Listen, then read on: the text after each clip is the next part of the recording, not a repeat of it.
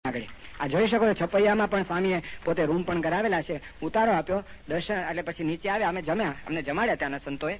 જમ્યા પછીથી જમીન બધા ઉપર ગયા. પછી હું આમ નીચે આવ્યો તે વખતે એક બે મેટાડોર આવી, બે ફેમિલીની. એટલે એ બધા કચ્છમાંથી હરિભક્તો અને બધા આખું કુટુંબ બધું આવેલું.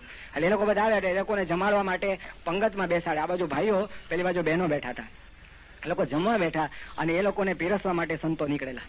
વ્યવસ્થિત સંતો બહેનોને પણ પીરસતા એક શરમજનક આપણને પરિસ્થિતિ દેખાય. અને આશ્ચર્યની વાત તો એ કે એ જે બધા કચ્છના હોય ને, બહુ મરજાદી હોય બહેનો, તે બિચારા આમ ઘૂમટો ઓળીને ખસી જાય, આમ જોઈ જાય. ઓલા પ્રેમથી પીરસતા હતા સંતો. આ મૂર્તિમાન જોયેલું ત્યારથી મને એક મનમાં થયેલું કે આચાર્ય મહારાજ મળે તો જરૂર આ વાત તો કરીશ કે છપૈયા જેવું સ્થાન છે જ્યાં મહારાજ ઉદ્ભવ્યા, એ જગ્યાએ તો મહેરબાની કરીને એવા સંતો રાખો કે જે સ્ત્રી અને ધનનો ત્યાગ રાખતા હોય. પણ આ નજર ડિટેલ છે ત્યારે આ વસ્તુ પર આપણે દેખાય કે ધન અને સ્ત્રીમાં ફેરફાર થયેલો દેખાય છે. આ મૂળ પાયાની વાત જે શ્રીજી મહારાજની છે એમાંથી ફંટાયેલું દેખાય છે. પણ he can not do anything. આચાર્ય મહારાજ ધારે પણ કંઈ કરી શકે એમ નથી, એવી પરિસ્થિતિ ત્યાં સર્જાયેલી છે.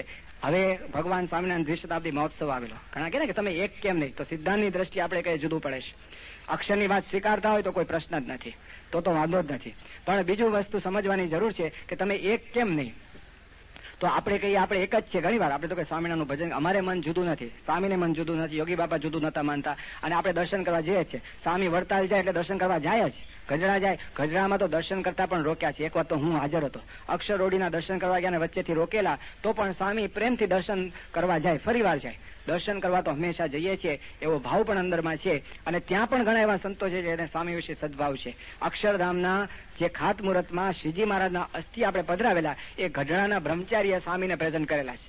એ પણ છે કે સ્વામી ત્યાં ગયેલા કે સ્વામી આવું સુંદર કાર્ય કરો છો, મહારાજનું સ્મારક, તો મારી પાસે શ્રીજી મહારાજના અસ્થિ છે, લો. અને એ આપણે અક્ષરધામના પાયામાં પધરાવેલા છે. એટલે એવો ભાવ પણ છે. પણ કેટલાક દ્વેષીજન હોય એને અનુકૂળ આવતું નથી. પછી 81માં આપણો ઉત્સવ આવે, ભગવાન સ્વામિનારાયણ દ્વિશતાબ્દી મહોત્સવ. એટલે આપણે આ વાત કરતા ને કે અમારે મન એક જ છે, અમારે મન જુદું નથી. એટલે ત્યાંથી કોક એક ભાઈ છે તટસ્થ, આપણને ઓળખે છે, ત્યાંય ઓળખે છે, બહુ તટસ્થ છે, સારી વ્યક્તિ છે. એ વ્યક્તિને કોકે ચાવી ચડાવી, એ કે આ બધા એક જ છે, તો એમ કોને કે ત્યાં જઈને કહો કે એક જ સમયો કરે. શું કરવા જુદો કરે છે?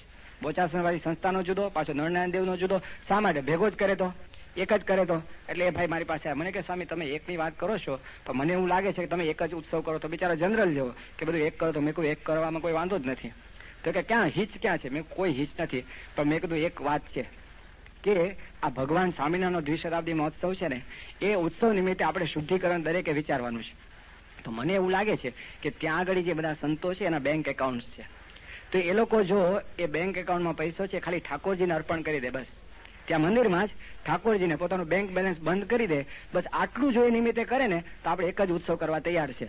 એટલે હા, એ વાત સાચી. મેં કહ્યું જો સંતો પૈસા રાખી શકે ના, બેંક બેલેન્સ તો ના રાખી શકે. મેં કોઈ લોકો પાસે છે, એમને કોઈ મંદિરનું ઠાકોરજીનો પૈસો છે પાછો આપી દે, ધેટ્સ ફાઇન. કોઈ માણસ સ્લીપ ઓફ થયો હોય, પણ ઈ કેમ કે ભાઈ આ ઉત્સવ નિમિત્તે કેમ નહીં? આપણે ગઈકાલ ક્યાં ગયા દિનશા, આ ઉત્સવ નિમિત્તે એમણે છોડી દીધી કે મિલ બંધ મારી, એમણે બંધ કરી કાર કે અત્યાર લગી ચાલતી હતી પણ હવે નીકળી ગઈ. તો જો આ ઉત્સવ નિમિત્તે મેં થઈ શકે. મટુરિયાએ કર્યું, મટુરિયા દારૂ પીતો હતો, ક્રિશ્ચિયન ધર્મ કે છૂટી આપે છે, પણ બાપાના વચન એને છોડી દીધું, તો ધેટ્સ ફાઇન. મેં કહ્યું એવું કરે તો કેવું? કે હા.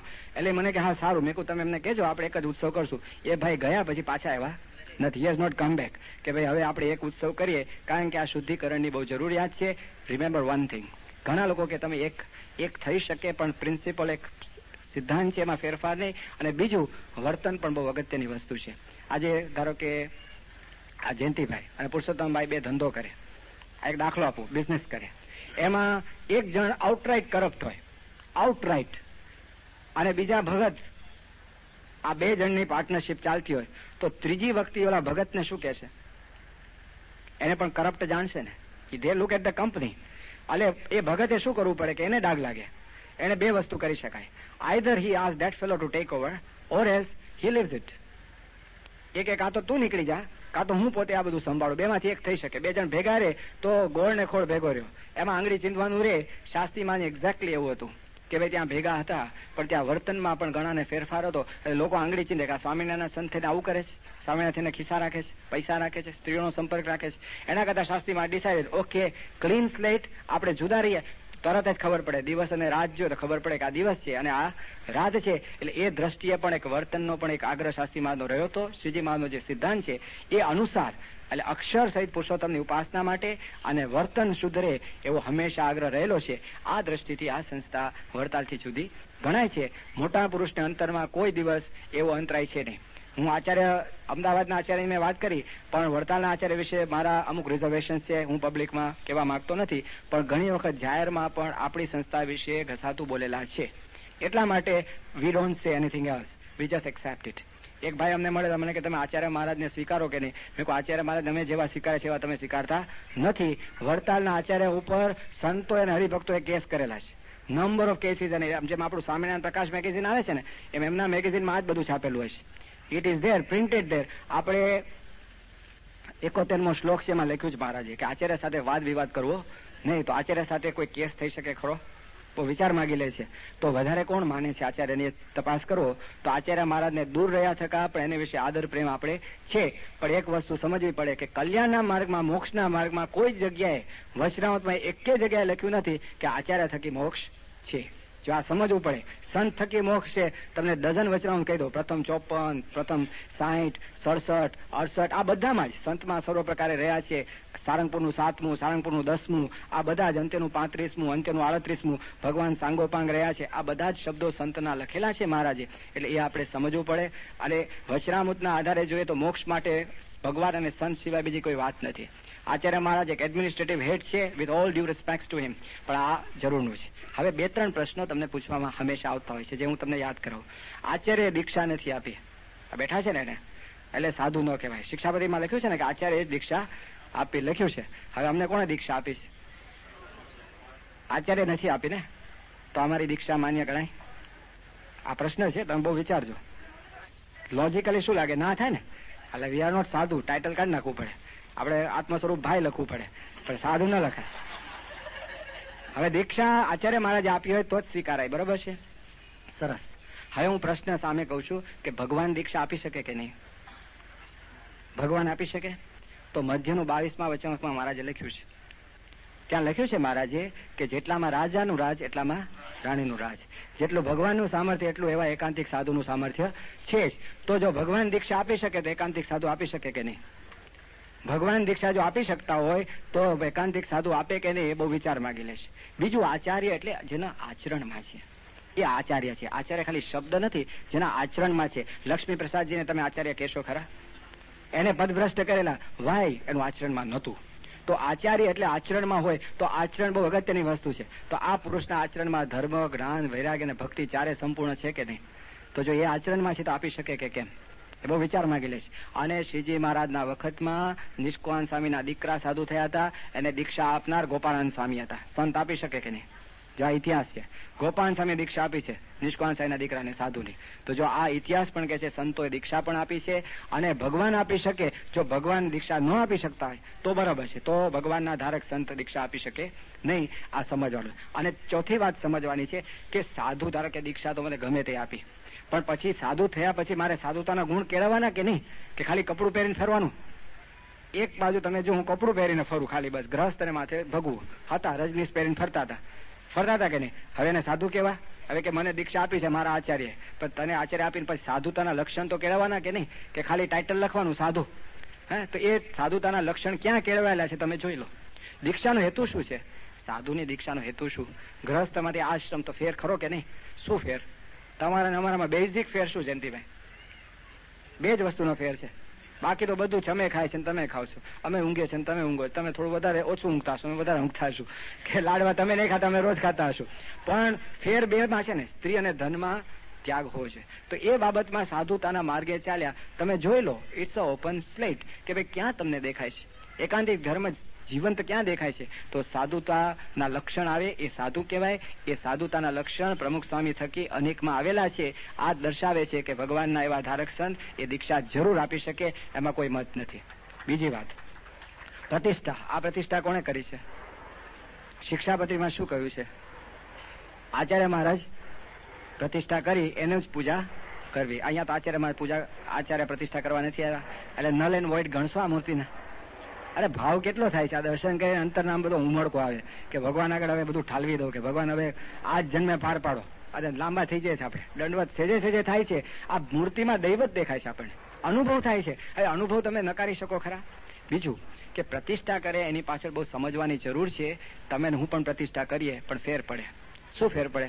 કે આપણી અંદર જેટલા ભગવાન છે એટલું ભગવાનનું સ્પિરિટ અંદર આવે. ત્યાં સુધી પથ્થર છે, પેલો જે શિલ્પી બનાવે ત્યાં સુધી પથ્થર છે, પણ પ્રતિષ્ઠા વિધિ થાય ત્યારે એ મૂર્તિ બને છે, એમાં ભગવાન વસે છે. તો હું ને તમે પ્રતિષ્ઠા કરીએ તો આપણી અંદરમાં જેટલી પવિત્રતા એટલે અંશે ભગવાન આપણા હૃદયમાં વસ્યા છે, એટલે અંશે ભગવાનની સ્પિરિટ આમાં વસે. હવે વિચાર કરો, મહારાજ કે એવા સંત ને ભગવાનનો સાક્ષાત સંબંધ છે. અંત્યનું 27મું એમાં ભગવાન અખંડ નિવાસ કરીને રહ્યા છે. પ્રથમનું 27મું આ વચનાવતમાં પાને પાને મહારાજે લખ્યું છે કે આવા ગુણાતીત સંતમાં ભગવાન સાંગોપાંગ રહ્યા છે. અને એક બાજુ આચાર્ય પ્રતિષ્ઠા કરે અને બીજી બાજુ આ સંત કરે. વધારે દૈવત શેમાં આવે? રીતસર દેખાય ને તારે વધારે ન ગણો તો આચાર્ય જેટલું તો આવે કે નહીં? તો આ પ્રતિષ્ઠા કોણે? ભગવાન. હું તો કહું છું આ તો ભગવાને પ્રતિષ્ઠા કરી છે. ભ્રમ લટકા કરે બ્રહ્મ સાથે. પોતે સ્વયં જેને ભગવાન રોમમાં રાખ્યા છે એની પ્રતિષ્ઠા અહીં થઈ છે. સાક્ષાત શ્રીજી મહારાજ સર્વાંગે આ મૂર્તિમાં બિરાજ્યા છે. આ હકીકત છે. શ્રીજી મહારાજના વખતમાં સંતોએ પ્રતિષ્ઠા કરેલી છે. ભરૂચનું મંદિર જુઓ તો ત્યાં પ્રતિષ્ઠા, બુરાનપુરનું મંદિર, ત્યાં 2 મંદિરો ઇતિહાસ છે કે જ્યાં આગળ પ્રતિષ્ઠા સંતોએ કરી છે. એટલે you can not deny it કે સંત ન કરી શકે. આ 2 વાત. અને ત્રીજો એક આક્ષેપ હોય છે કે તમારે ત્યાં છે ને બધા ભગવાન થાય છે. તમારે ત્યાં ગુણાત્યા સાંઈ ભગવાન થયા, પછી ભગતજી મહારાજ થયા, શાસ્ત્રી મહારાજ થયા, યોગીજી મહારાજ થયા, પ્રમુખ સ્વામી થયા. કોઈને અહીંયા બેઠા એને લાગે છે ખરું કે આપણે ત્યાં ભગવાન થયા હોય? હું મારું પર્સનલી કહું, મને જો એમ લાગે કે સ્વામી ભગવાન થયા તો હું કોઈ દિવસ મસ્તક ના નમાવું. આજે પણ મને એમ થાય તો કપડા કાઢી નાખું. શ્રીજી મહારાજ સિવાય બીજા કોઈને ભગવાન જાણ્યા જ નથી. અને એ શીખ્યો છે કોની પાસે? પ્રમુખ સ્વામી પાસે શીખ્યો છે. એને રોમમાં વાત આ છે. સ્વામીએ કહેલું છે, સ્વામી કે આપણે તો દાસ છે. શાસ્ત્રીમાં શું કહેતા? હું તો અક્ષર પુરુષોત્તમનો બળદિયો છું, અને અક્ષર પુરુષોત્તમ માટે શપથને કે વેચાવવું પડે તો પણ ઓછું છે. આ શાસ્ત્રી મહારાજના શબ્દો તો વિચારો. અને એ યોગીજી મહારાજ જુઓ કેટલા રોગ લઈને પણ ગામો ગામ ફર્યા છે અને નખ ઘસી કાઢ્યા છે વાસણ ઉટકીને. જે ભગવાન થતા હોય વાસણ ઉટકવા બેસતો હશે ખરો? એના રોમમાં સ્વામી તો આપણને ગુરુ કહીને બોલાવતા. આપણને ગુરુ તરીકે તો પોતે ભગવાન ક્યાંથી થાય? દાસના દાસ થઈને રહ્યા છે એ પણ પ્રતીતિ કરાવે છે. અને પ્રમુખ સ્વામીનું તો દાસત્વ પણ તો જો મેં તો જોયું છે. અહીંયા જ સ્વામીનું મોતિયાનું ઓપરેશન થિયેટરમાં સ્વામી કે હરિકૃષ્ણ મહારાજ આવે એવું કરો. અને હરિકૃષ્ણ મહારાજ પધારે. ઇતિહાસમાં પહેલી વાર ત્યાં બોસ્ટનની હોસ્પિટલમાં ડોક્ટરને મેં વાત કરી કે સ્વામી એમ કે છે કે અમારા ઠાકોરજી લઈ જવા છે. કે this is very unusual demand. મેં કહું but this is unusual because he is an unusual personality. અને ટ્રાય ઇટ. અને એ પોતે માની ગયો અને પ્રયત્ન કર્યો. અને સારું કે ભાગા જરા અમારે ઓલામાં કરવા પડશે, પેલા શું કહેવાય, સ્ટરીલાઇઝ. બે કોઈ એનો વાંધો નહીં, તું બધું સ્ટરીલાઇઝ કરીને વાંધો નહીં. પણ ઠાકોરજી જાય અને સ્વામીને જે દિવસે મેં સમાચાર આપ્યા, બપોરે ઓપરેશન હતું, 12 વાગે સમાચાર આપ્યા કે બાપા પરમિશન આપી છે, ઠાકોરજી લઈ જવાશે. ત્યારે સ્વામી બોલ્યા કે હાશ, હવે ઠાકોરજી ઓપરેશન કરશે. જેના હૃદયમાં ભક્તિ તો જુઓ. અને ઠાકોરજી પડ્યા હતા રસ્તામાં. એ પ્રસંગ ઘણી વાર ડિટેલમાં કહ્યો છે, ફરી નથી કહેતો. પણ ઠાકોરજી મારા મસ્તક ઉપર પડેલા ત્યારે સ્વામી જે કર કર્યા છે, 20 દંડવત આમ કરે જ રાખે, મહારાજ માફ કરો, માફ કરો. આંખમાંથી દળ આંસુ નીકળેલા સ્વામીના. એટલા બધા સ્વામી કર કર્યા કે ભગવાનની આમ આપણાથી સેવામાં કંઈક ભૂલ થઈ ગઈ. એટલો બધો દાસ ભાવ આપણે જોયો છે. કોઈ સ્વપ્ને પણ ખ્યાલ આવે કે ભગવાન થતા હશે? ત્યારે આપણે ત્યાં ગુણાતીત સંત છે, ભગવાન જેટલું સામર્થ્ય વાળા ખરા, પણ કોઈ દી ભગવાન થયા નથી. ત્યારે આવો દાસના દાસ થઈને આપણે તો સ્વામીને જોયા. ભગવાન થતા હોય તો રોજ પૂજા કરતા હશે? ભગવાન થયા તો ભગવાને થાળ ધરાય. અરે ચશ્મા ઠાકોરજીને ધરાવ્યા છે. હવે આપણે કોઈ ધરાવીએ? આપણે તો ખાવાનું નથી ધરાવતા. ઘણી વાર એમને એમ ઠટકારીએ છે રસ્તામાં, જો ઠટકારી જાય. ભગવાનની મૂર્તિ જરા રાખી ધરાવી દેવું. પણ આપણે ઓલો કે ને ઓલા વિવેક સાગર કે આપણે ધરાવીએ ને બતલાવી દઈએ કે ભગવાન જોઈ લો ચાલે છે. ભગવાનને ધરાવવાનો, એને ચશ્મા ધરાવવાનો વિચાર આવે. અને દ્રષ્ટિ પ્રસાદી કે ચશ્મા પહેરતા પહેલા સ્વામી કે સામે ઠાકોરજી લાવો. ઠાકોરજી રાખ્યા અને ચશ્મા પહેરીને પહેલા ઠાકોરજીના દર્શન કર્યા છે. એવો દાસ ભાવ રોમમાં સ્વામીને જોયો છે. નાનામાં નાના સંતને પગે લાગતા એને સંકોચ નથી થતો. એ દાસ થઈને એના જેવો કોઈ દાસ નથી. દાસનો દાસ જોવો હોય તો આ ગુણાતીત સંત પ્રમુખ સ્વામી છે, આપણે દેખાય છે. ત્યારે એ કોઈ દિવસ ભગવાન થયા નથી. અને ઘણી વખત લોકો તમને પ્રશ્ન કરશે. ગઈકાલે કોકે ઉલ્લેખ કરેલો કે એક રામજી રબારી છે આપણા ત્યાં આગળ, ક્યાં નૈનપુરના, બહુ જબરજસ્ત અંગૂઠા છાપ છે, નામ લખતા નથી આવડતું, અંગૂઠા છાપ પ્યોરલી. રબારી પણ એને સત્સંગ થયો જબરજસ્ત. એ રબારી ગામડે ફરતા હતા 81ની સાલ પહેલા, 5 વર્ષથી. અને એ વખતે ગામડે એને લોકોએ બિચારાને કોર્નર કરતા, જૂના મંદિરવાળા ઘણા હેરાન કરતા. એને પ્રશ્ન પૂછેલો કે તમારી મૂર્તિમાં ગુણાત્યાન સાહેબની મૂર્તિ, ભગતજીની, શાસ્ત્રીમાજી, યોગીમાજી, પ્રમુખ સાહેબની 5 મૂર્તિ, એ કે ભવિષ્યમાં તો તમારે મોટો ચાકડો રાખવો પડશે. એ કે તમારે ત્યાં આવું કેવું? ત્યારે એ કે તમને પ્રતીતિ છે ને કે ત્યાં સુધી તો અમારું ચાલવાનું છે કે ઘણું છે, જ્યાં સુધી અમારું ચાલવાનું છે તને પ્રતીતિ છે ને બસ છે, જયારે અમારે ચિંતા નથી. તો જો આવું છે, એને પ્રતીતિ થઈ ગઈ પેલા ને કે બરાબર આ તો ચાલવાનું જ છે આનું. ત્યારે આ ગુણાતીત વેલો છે, વેતી મૂકી અક્ષર વાટ પુરુષોત્તમ પ્રગટી રે, વેતી મૂકી. ત્યારે એવો ગુણાતીત વેલો આપણે ત્યાં મોજૂદ છે. ત્યારે એવી રીતે આપણે ત્યાં કોઈ ભગવાન થયા નથી અને ભગવાન થવાનો કોઈ નાતો પણ નથી. અહીંયા તો દાસના દાસ થઈને રહે છે. આપણે ત્યાં પ્રતિષ્ઠા પણ ભગવાનની પ્રતિષ્ઠા ગુણાતીત સંતે કરી છે, દીક્ષા પણ ગુણાતીત સંતે આપી છે, અને આચાર્ય પ્રત્યે જેવો આદર અહીંયા છે એવો બીજા આદર જોવા મળતો નથી. અને શુદ્ધ પ્રણાલી જોવી હોય તો ઓપન કાર્ડ છે, એનીવન કેન સી ઇટ. એ દ્રષ્ટિએ આપણે ગૌરવ લઈ શકીએ એવા છે કે અક્ષર પુરુષોત્તમ સિદ્ધાંત એ સત્ય છે, અને આ સંસ્થા એના પાયા પાતાળે નાખેલા છે. સહજાન સ્વામી મહારાજ. હવે અશ્વિનભાઈનું આયોજન છે એ 5-10 મિનિટ આપણે બ્રેક રાખીએ અને દેન વી વિલ કન્ટિન્યુ. હમણાં જે ઇતિહાસનો ઉલ્લેખ કર્યો એમાં એક પ્રશ્ન છેડવાનો રહી ગયો હતો, જે મને એક ભાઈએ સારી રીતે યાદ કરાવ્યો કે તમે મૂર્તિ પધરાવો છો. દરેકને વિનંતી, કાર્યકર્તા અંદર આવી જાય, નહીં તો બારે જઈને વાત કરે, મહેરબાની કરીને પ્લીઝ. દરેક અંદર આવી જાય, અને નહીં તો વાત કરવી હોય તો બારે જાય.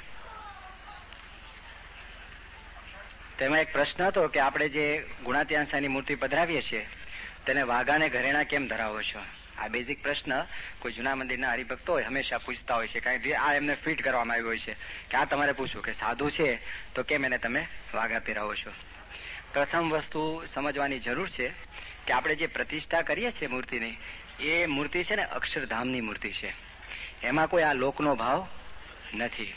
જો તમને દાખલો આપું કે આપણે જે પ્રતિષ્ઠા થઈ હોય છે એમાં એ કોઈ સાધુનો પણ ભાવ નથી, એ અક્ષરધામની દિવ્ય મૂર્તિ છે. હવે દાખલો આપું તમને કે અક્ષરધામ છે એનું સુંદર મજાનું પેઇન્ટિંગ તમે નરનારાયણ મંદિર છે અમદાવાદમાં, ત્યાં જશો, બાજુમાં ત્યાં રાખેલું છે. એવું છે કે અક્ષરધામનું પેઇન્ટિંગ અક્ષરઓડી ગઢડા, જે અક્ષરઓડી મહારાજ રહેતા ત્યાં અંદર તમને પેઇન્ટિંગ આમ તમે જાળીમાંથી જોશો દેખાશે.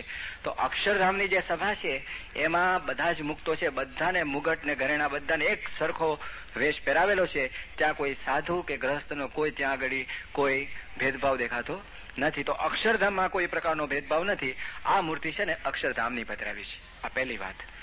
બીજું, જયારે પ્રતિષ્ઠા થાય ત્યારે એમાં સ્ત્રી પુરુષનો ભાવ પણ હોતો નથી. જો એમાં આપણે સાધુનો ભાવ જોઈએ તો રાધિકાની મૂર્તિ પધરાવી છે તો એને કોઈ બ્રહ્મચારી ઘરેણા પહેરાવી શકે ખરો, વસ્ત્ર પહેરાવી શકે ખરો? એ તો સ્ત્રી કહેવાય ને. રાધિકાને જયારે આપણે પધરાવ્યા છે તો એની સેવા તો સંતો કરતા હોય છે. આ મંદિર હોય કે આપણા મંદિર હોય કે જૂના મંદિરમાં હોય, સંતો જેની સેવા કરતા હોય છે. તો સંતો તો સ્ત્રીનો ત્યાગ છે. અને રાધિકાજી કે લક્ષ્મીજીની મૂર્તિઓ લક્ષ્મીનારાયણ દેવ પધરાવ્યા છે. મહારાજ ક્યાં પધરાવ્યા છે? વડતાલમાં. તો લક્ષ્મીજીની સેવા થાય ખરી? તો એ લક્ષ્મીજીની સેવા થાય છે કાં તો ન થાય તેવું તો છે ને. મહારાજના વખતે પ્રણાલી છે, લક્ષ્મીનારાયણ દેવ મહારાજ પધરાવે એની સેવા સંતો જ કરે છે, બ્રહ્મચારી જ કરે છે. તો એ કરે છે એનો અર્થ શું? તો એ સ્ત્રી રૂપે નથી દેખાતા, એ ભગવાનના ધામની દિવ્ય મૂર્તિ છે એટલે એની સેવા થાય છે. એમ ગુણાતીતાનંદ સ્વામી દિવ્ય છે, એમાં સાધુ રૂપે નથી પણ અક્ષરધામની મૂર્તિ છે, માટે એને ઘરેણા પહેરાવીએ છીએ. ત્રીજી વાત એ છે, તમે હનુમાનજીની મૂર્તિ જોજો. હનુમાનજી છે એને પણ ઘરેણા પહેરાવવામાં આવે છે. તમે જોજો ઘણી જગ્યાએ હનુમાનજીના ઘરેણા બધું વસ્ત્ર બધું જ પહેરાવતા હોય છે. હનુમાનજી જિંદગીમાં કોઈ દી વસ્ત્રો પહેર્યા હતા ખરા? આ પ્રશ્ન ઘણા કહે છે. અમે દબાણમાં એકવાર ગુણાત્યાન સ્વામીનો જે ડાબરા ઉત્સવ આપણે ઉજવીએ છીએ, દીક્ષા મહોત્સવ, પોષી પૂનમ, દબાણમાં આપણા 10,000 હરિભક્તો દર વખતે ભેગા થાય. હવે ત્યાં આગળ જે ડેરી છે જ્યાં આગળ દીક્ષા આપેલી, યજ્ઞ કરેલો દબાણમાં, ત્યાં અમે દર્શન કરવા જતા હતા અને ત્યાં બીજું જૂથ બેઠેલું ત્યાં. તો ત્યાં અમે જેવા ગયા એટલે તરત જ એના પ્રવચનમાં ટ્વિસ્ટ આવ્યો. સૌથી આગળ હું જ હતો. બધાને એમ કે જવાય કે નહીં. મેં કહું આપણે દર્શન કરવા જવું ને, સાઈડ ઉપરથી જશું, ત્યાં બધો સમુદાય બેઠો હતો. દર્શન કરવા ગયા તરત એના માઇક ઉપર ફેરફાર થઈ ગયો કે શું ગુણાત્યાન સ્વામી પેન્ટ શૂટ પહેર્યા હતા? ગુણાત્યાન સ્વામી કોઈ દી ઘરેણા પહેર્યા હતા? આમ એટલે બધા સભા કે ના સભા કે ના, તો કે એને ન પહેરાવે. એમ આમાં વાત કરે, આપણને સંભળાવા પણ બહુ વિચાર માંગી લે છે કે હનુમાનજીએ કોઈ દી પેન્ટ શૂટ પહેર્યા હતા ખરા? તો એની કેમ પહેરાવીએ છીએ? જૂના મંદિરમાં જાઓ અને વસ્ત્ર અલંકાર બધું જ પહેરાવે છે. તો જો હનુમાનજી આ લોકના નથી પધરાવ્યા, એ ભગવાનના ધામની દિવ્ય મૂર્તિ પધરાવી છે. તો આ ભગવાનની ધામની મૂર્તિ છે અને ઘરેણા વસ્ત્ર બધું જ પહેરાવાય. અને મધ્યનું 22મું વચનામૃત છે. મહારાજે જે લખ્યું ને કે 2 સેનાનું, અને જેટલામાં રાજાનું રાજ એટલામાં રાણીનું રાજ, એમાં આગળ લખે છે, છેલ્લો આ પેરેગ્રાફ છે, બહુ સ્પષ્ટપણે લખેલું છે કે એ જેમ ભગવાનને અર્થે એવા દેવતાઓ પણ ભેટ સામગ્રી લાવે છે. એ ભેટ સામગ્રી દેવતાઓ પણ એને શું કહેવાય કે ઘરેણાને બધું લાવે છે, એને અર્થે ભેટ સામગ્રી. એમ આ સાધુને અર્થે પણ લાવે છે. એ વાત લખી. જો દેવતાઓ એને માટે જેમ ભગવાનની સેવા કરે છે, એમાં સાધુની પણ દેવતાઓ એવી સેવા કરે છે. જો દેવતાઓ ઘરેણા અને વસ્ત્ર લાવતા હોય તો આપણે તો મનુષ્ય છે, આપણે એની સેવા કરે તેમાં કોઈ બાધ આવે ખરો? ત્યારે એટલા માટે ગુણાત્યાન સાંઈની મૂર્તિ પધારે. પણ અક્ષરધામની મૂર્તિ છે, આ તો આપણે એને પેઇન્ટિંગ એટલા માટે આપણે એ ભાવ છે કે આપણે એ ભાવે એમને જોયા છે એટલે આવી રીતે કર્યું. બાકી એને ઘરેણા પહેરાવો, વસ્ત્ર પહેરાવો, આપણા બધા શિખરબદ્ધ મંદિરમાં એમાં કોઈ બાદ આવતો નથી. આ બહુ સમજવાની જરૂર છે. ને તો બધો જ બાદ તમે એને જો એ મૂર્તિને તમે સાધુ રૂપે જુઓ તો કેન્સલ થાય, રાધિકાની મૂર્તિ કેન્સલ થઈ જાય, કારણ કે એની સેવા સંતો ન કરી શકે. લક્ષ્મીજી જે શ્રીજીમાં જ પધારે છે એ પણ તમે કેન્સલ કરી નાખો, એવું તો છે નહીં. હનુમાનજીને વાઘા પહેરાવો છો, તમે જાઓ ગોપાલ સ્વામીની પધરાવેલા હનુમાનજી ત્યાં સરસ મજાના ઘરેણા વસ્ત્ર બધું જ પહેરાવે છે. તમે જોયું સારંગપુર જે હનુમાનજીનું કહેવાય ને ત્યાં તમે જુઓ તો આ બધું જ એની એ દ્રષ્ટિથી દેખાડે છે કે આ મૂર્તિ છે એ દિવ્ય છે, અને દિવ્ય મૂર્તિને કોઈ વસ્ત્ર અલંકાર પહેરાવવામાં કોઈ બાદ રહેતો નથી. આટલો ઉલ્લેખ કર્યો. હવે આપણે જો ઇતિહાસ લેશું, એ સંપ્રદાયનો એક બીજો પણ એક ઇતિહાસ છે. એ ઘણા વખતથી ઇતિહાસ ચાલતો હતો, જેના કેટલાક સાક્ષી પણ અહીંયા બેઠા છે, જેણે આખો ઇતિહાસ ડેવલપ થતો પણ જોયેલો. તો એ છે દાદુભાઈનું આખું પ્રકરણ. એ પણ દરેકે સમજવાની જરૂરિયાત છે. ઘણા લોકોને એમ થાય છે કે આ દાદુભાઈ વાળા એટલે એ આપણા જ છે ને કેમ જુદું. બહુ સમજવાની જરૂર છે. જુદા પડવાનો હેતુ પણ સમજવો પડે. આપણે પણ વડતાલથી જુદા પડ્યા, પણ જુદા પડ્યા એક ઉપાસના અને આજ્ઞા માટે, નહીં કે કોઈ પોતાનું મમત્વ પોષવા માટે. કેવળ શ્રીજી મહારાજની પ્રણાલી ચાલુ રહે અણિશુદ્ધ, એના માટે જ આ સંપ્રદાયના પાયા નખાયા છે. હવે એ આપણા જ સંપ્રદાયમાં કેટલાક હરિભક્તો અને સંતો હતા. હવે એમાં પણ કેવું છે, સમય જતા ફેરફાર થયેલો. હવે એ જે દાદુભાઈનું આખું પ્રકરણ છે એ થોડોક જાણવાની જરૂરિયાત છે કે એને આપણે આપણામાંથી કેવી રીતે જુદા કરેલા છે. એ દાદુભાઈ હતા એ આપણે ત્યાં જ હરિભક્ત હતા, અને બાબુભાઈ એમના મોટા ભાઈ, આ બંને ભાઈઓ. અને એ 2 ભાઈઓ સત્સંગ કરતા, અને ઘણી જગ્યાએ યોગીજી મહારાજ ગામો ગામ ફરતા ત્યારે યોગીજી મહારાજ સાથે પણ ફરતા, અને સભાઓમાં પણ દાદુભાઈ ઘણી જગ્યાએ પ્રવચનો પણ કરે. હવે એક વસ્તુ બહુ સમજવાની જરૂર છે કે આપણે ત્યાં છે ને કોઈ પ્રવચનથી કોઈ મોટપ નથી. આપણે ત્યાં શ્રીજી મહારાજે મોટપ કહી છે પ્રથમનું 31મું વચનામૃત, કે નિષ્ઠાએ કરી અને આજ્ઞા પાળવે કરીને જ મોટપ છે. મહારાજે બહુ સ્પષ્ટ સમજાવ્યું છે કે નાના મોટાની કોઈ મોટપ નથી. પ્રવચન કોઈ સારું કરતો હોય એનો અર્થ એમ નહીં કે મોટો છે. આજે હું તમને આ બધો ઉલ્લેખ કરું છું, આખો ઇતિહાસ કહું, તે ડઝન્ટ મીન હું મોટો છું. મારા કરતા ઘણા મોટા સંતો છે, એ બહુ સમજવું પડે. વાણીમાં કોઈ દિવસ ન લેવાવું. વાણીમાં આપણે લેવાઈએ એટલે ફંટાઈ જાય. હવે તમે વિવેક સાગર ઘણી વાર હસતા હતા કે બાપાને કે પ્રમુખ સ્વામીને કે સાહેબ તમે વાતો કરો છો ને તો ઘણી વાર બોરિંગ થઈ જાય છે, એટલે તમારે ખાલી દર્શન દેવા, હું કથા કરું એ કે હસતા હતા. અને ઘણાને એવો અનુભવ પણ થતો હશે કે વિવેક સાગર કથા કરે તો આપણને બહુ મજા આવે, અને સ્વામી ઘણી વાર કે ભગવાન ભજવા, અને આમ લેન્ડિંગ થતું લાગે, હવે પ્રવચન પતવાયું ત્યાં પાછું ચાલુ કરે, ઉપર જાય. ઘણી વખત આપણે તો સાક્ષાત બ્રહ્મ છે એનો આનંદ આવે છે આપણને બાપાની વાણીનો. એકની એક વાત કરે તોય રસ પડે છે આપણને, અને જેવો સ્વામીની વાણીમાં મને પર્સનલી રસ પડે એવો ક્યાંય પડતો નથી. પણ ઘણી વખત વાકછટામાં આપણે લેવાઈ જઈએ. વિવેક સાગરને with all due respect to him, કારણ કે તો બહુ મોટા સંત છે, ડોક્ટર સ્વામી, મહંત સ્વામી, સંત સ્વામી, મહાન સંતો છે, વિભૂતિઓ મહારાજ લઈને આવી છે અક્ષરધામમાંથી. પણ કહેવાનું શું કે આપણે કોઈ દિવસ વાણીથી મદાર ન બાંધવો કે મોટપ છે. હવે દાદુભાઈ જ્યાં સભા થાય, હવે બહુધા માસની શું, આ તમને કોર્સ એટલે તમને કહું છું, બાકી માસને કેવું હોય છે જો વાક છટા હોય સારી. આજે લોકો પારાયણમાં લાખ માણસ ભેગા થતા હોય ખાલી વાક છટાથી, કેવળ જોઈએ છે આપણે ઘણી જગ્યાએ. અને સ્વામીની સભામાં 500 જણ હોય, પણ એ સિંહ બચ્ચા હોય છે, ઓલા ઘેટા ઘરા ભેગા થાય પણ સિંહ જુદા હોય. ત્યારે કહેવાનું શું કે વાણીથી કોઈ મોટપ નથી, બરોબર મગજમાં ફિટ કરવાની જરૂર છે. આજ્ઞા પાળવે કહીને નિશ્ચય કરીને જ મોટપ છે, અને જેની નિષ્ઠા શ્રેષ્ઠ એ શ્રેષ્ઠ છે. શ્રીજી મહારાજે તો બહુ એમાં ઉલ્લેખ, ગ્રહસ્થમાં કોણ મોટેરો, કે ગ્રહસ્થ હોય અને એને મહારાજ આજ્ઞા કરે કે તું પરમહંસ થા તો તત્કાળ થાય, એ ગ્રહસ્થમાં મોટેરો. મધ્યનું 61નું વચરાણું, તેમાં બહુ સ્પષ્ટ લાગ્યું. પાકો કોણ વધારે? નિયમ, નિશ્ચય ને પક્ષ. જેને દ્રઢ હોય એ ત્યાં પણ નિયમની વાત, પક્ષની વાત ને નિશ્ચયની વાત કરેલી છે. એટલે મહારાજે કોઈ જગ્યાએ ઉલ્લેખ વાણીથી મોટપ બતાવી નથી. હવે દાદુભાઈ ગામો ગામ સ્વામી સાથે ફરતા અને પ્રવચનો કરતા, અને વાણી એમને કે ને સરસ્વતીજી વરેલી એમ કહેતા. મેં તો સાંભળ્યા નથી, અને થેન્ક ગોડ નથી સાંભળ્યા. કારણ કે સાંભળ્યા તો કંઈક કદાચ આપણું મગજ કંઈક આગુ પાછું થાય.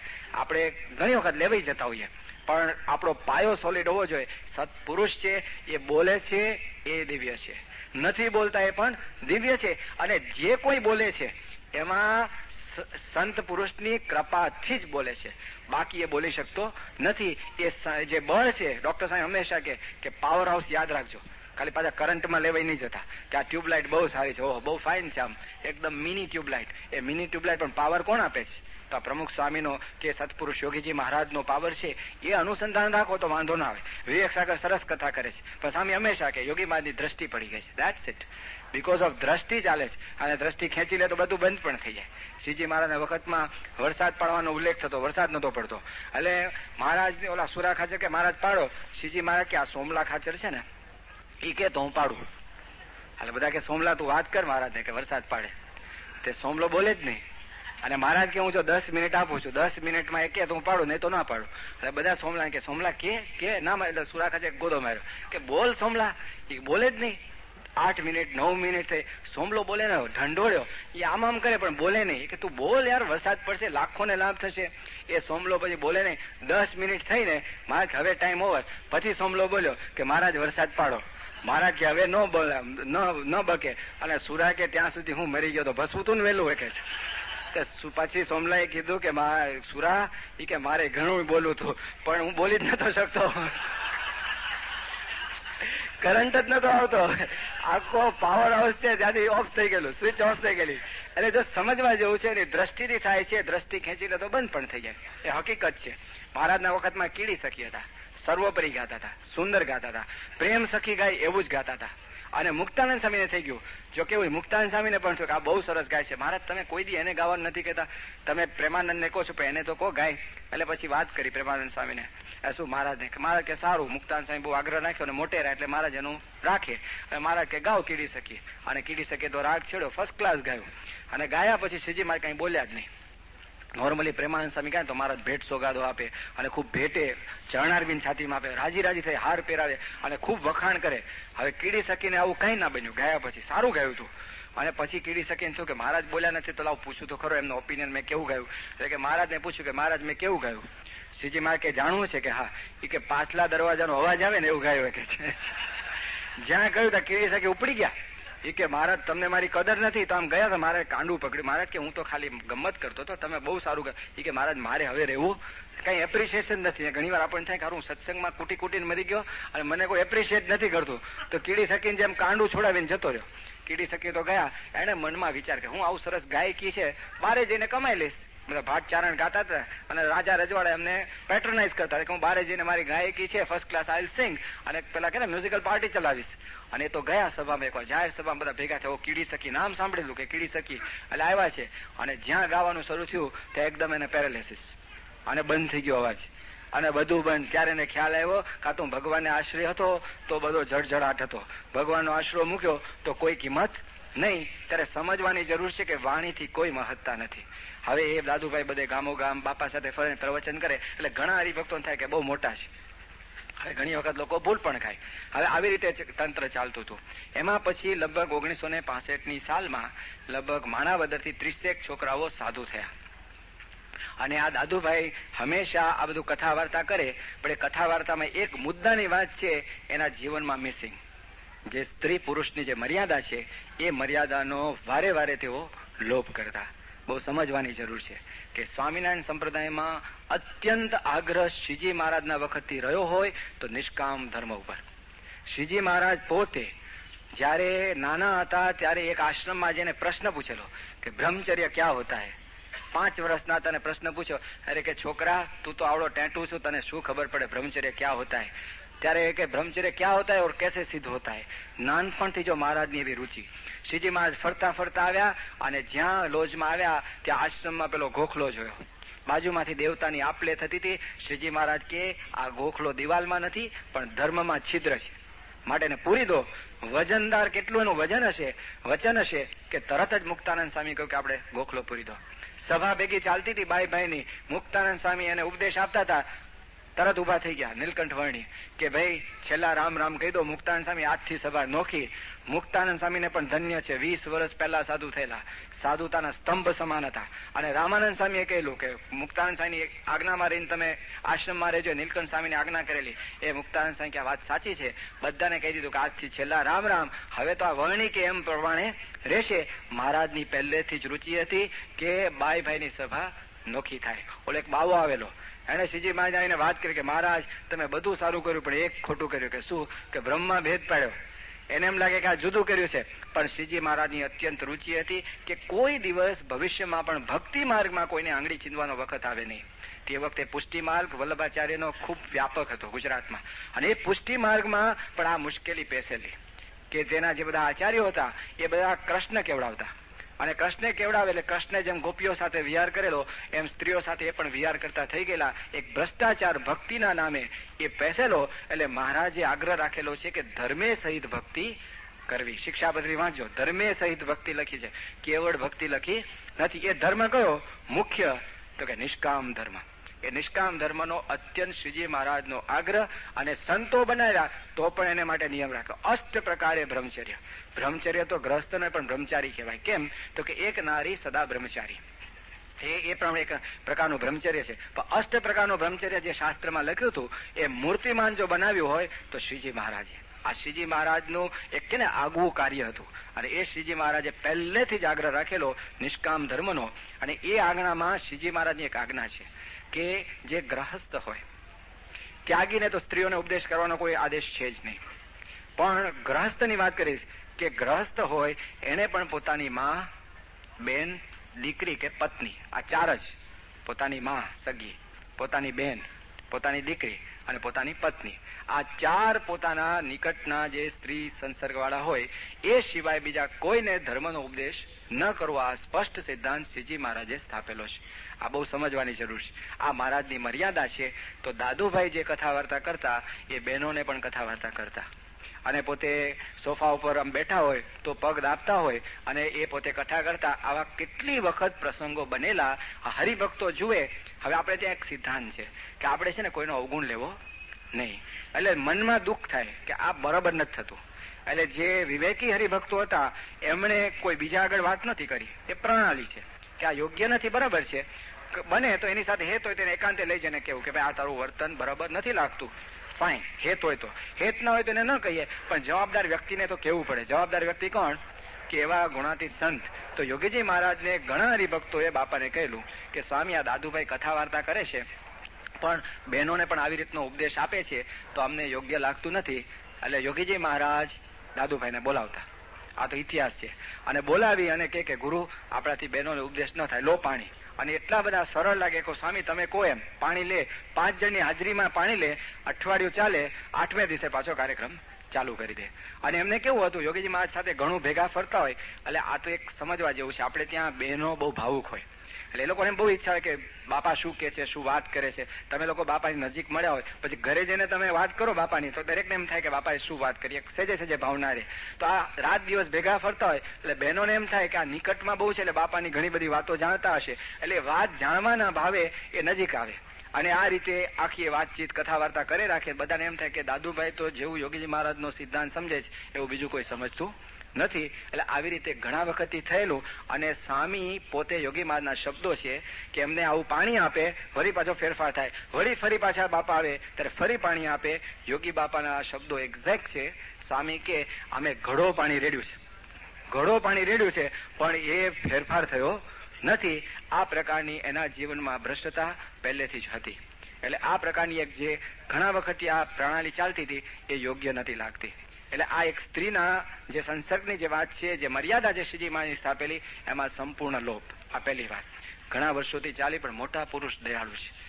7 × 7 × 7 કે છે ને એમ ટ્રાય કરે રાખે. ચલો ભાઈ એને સુધરશે, પ્રાશ્ચિત આપે, સુધરશે, પણ એમાં કોઈ ફેરફાર થતો નતો. હંમેશા થોડા દિવસ ચાલે પાછું એમાં બધો ફેરફાર એના વર્તનમાં ચાલુ રહે.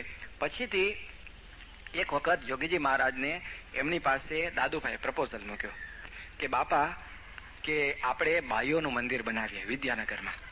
હવે વિદ્યાનગરમાં બાઈઓનું મંદિર બનાવવું એટલે આપણે ત્યાં સ્વામિનારાયણ સંપ્રદાયમાં એક પ્રણાલી છે કે એક્સક્લુઝિવ ટેમ્પલ્સ ફોર લેડીઝ મહારાજના વખતથી રહેલા છે. પણ એ બાઈઓના મંદિર કરવાનો મૂળ હેતુ શું હોય કે જે સાંખ્ય યોગી બાઈઓ હોય ને, સાંખ્ય યોગી બાઈઓ કોણ એ પણ સમજવાની જરૂર છે.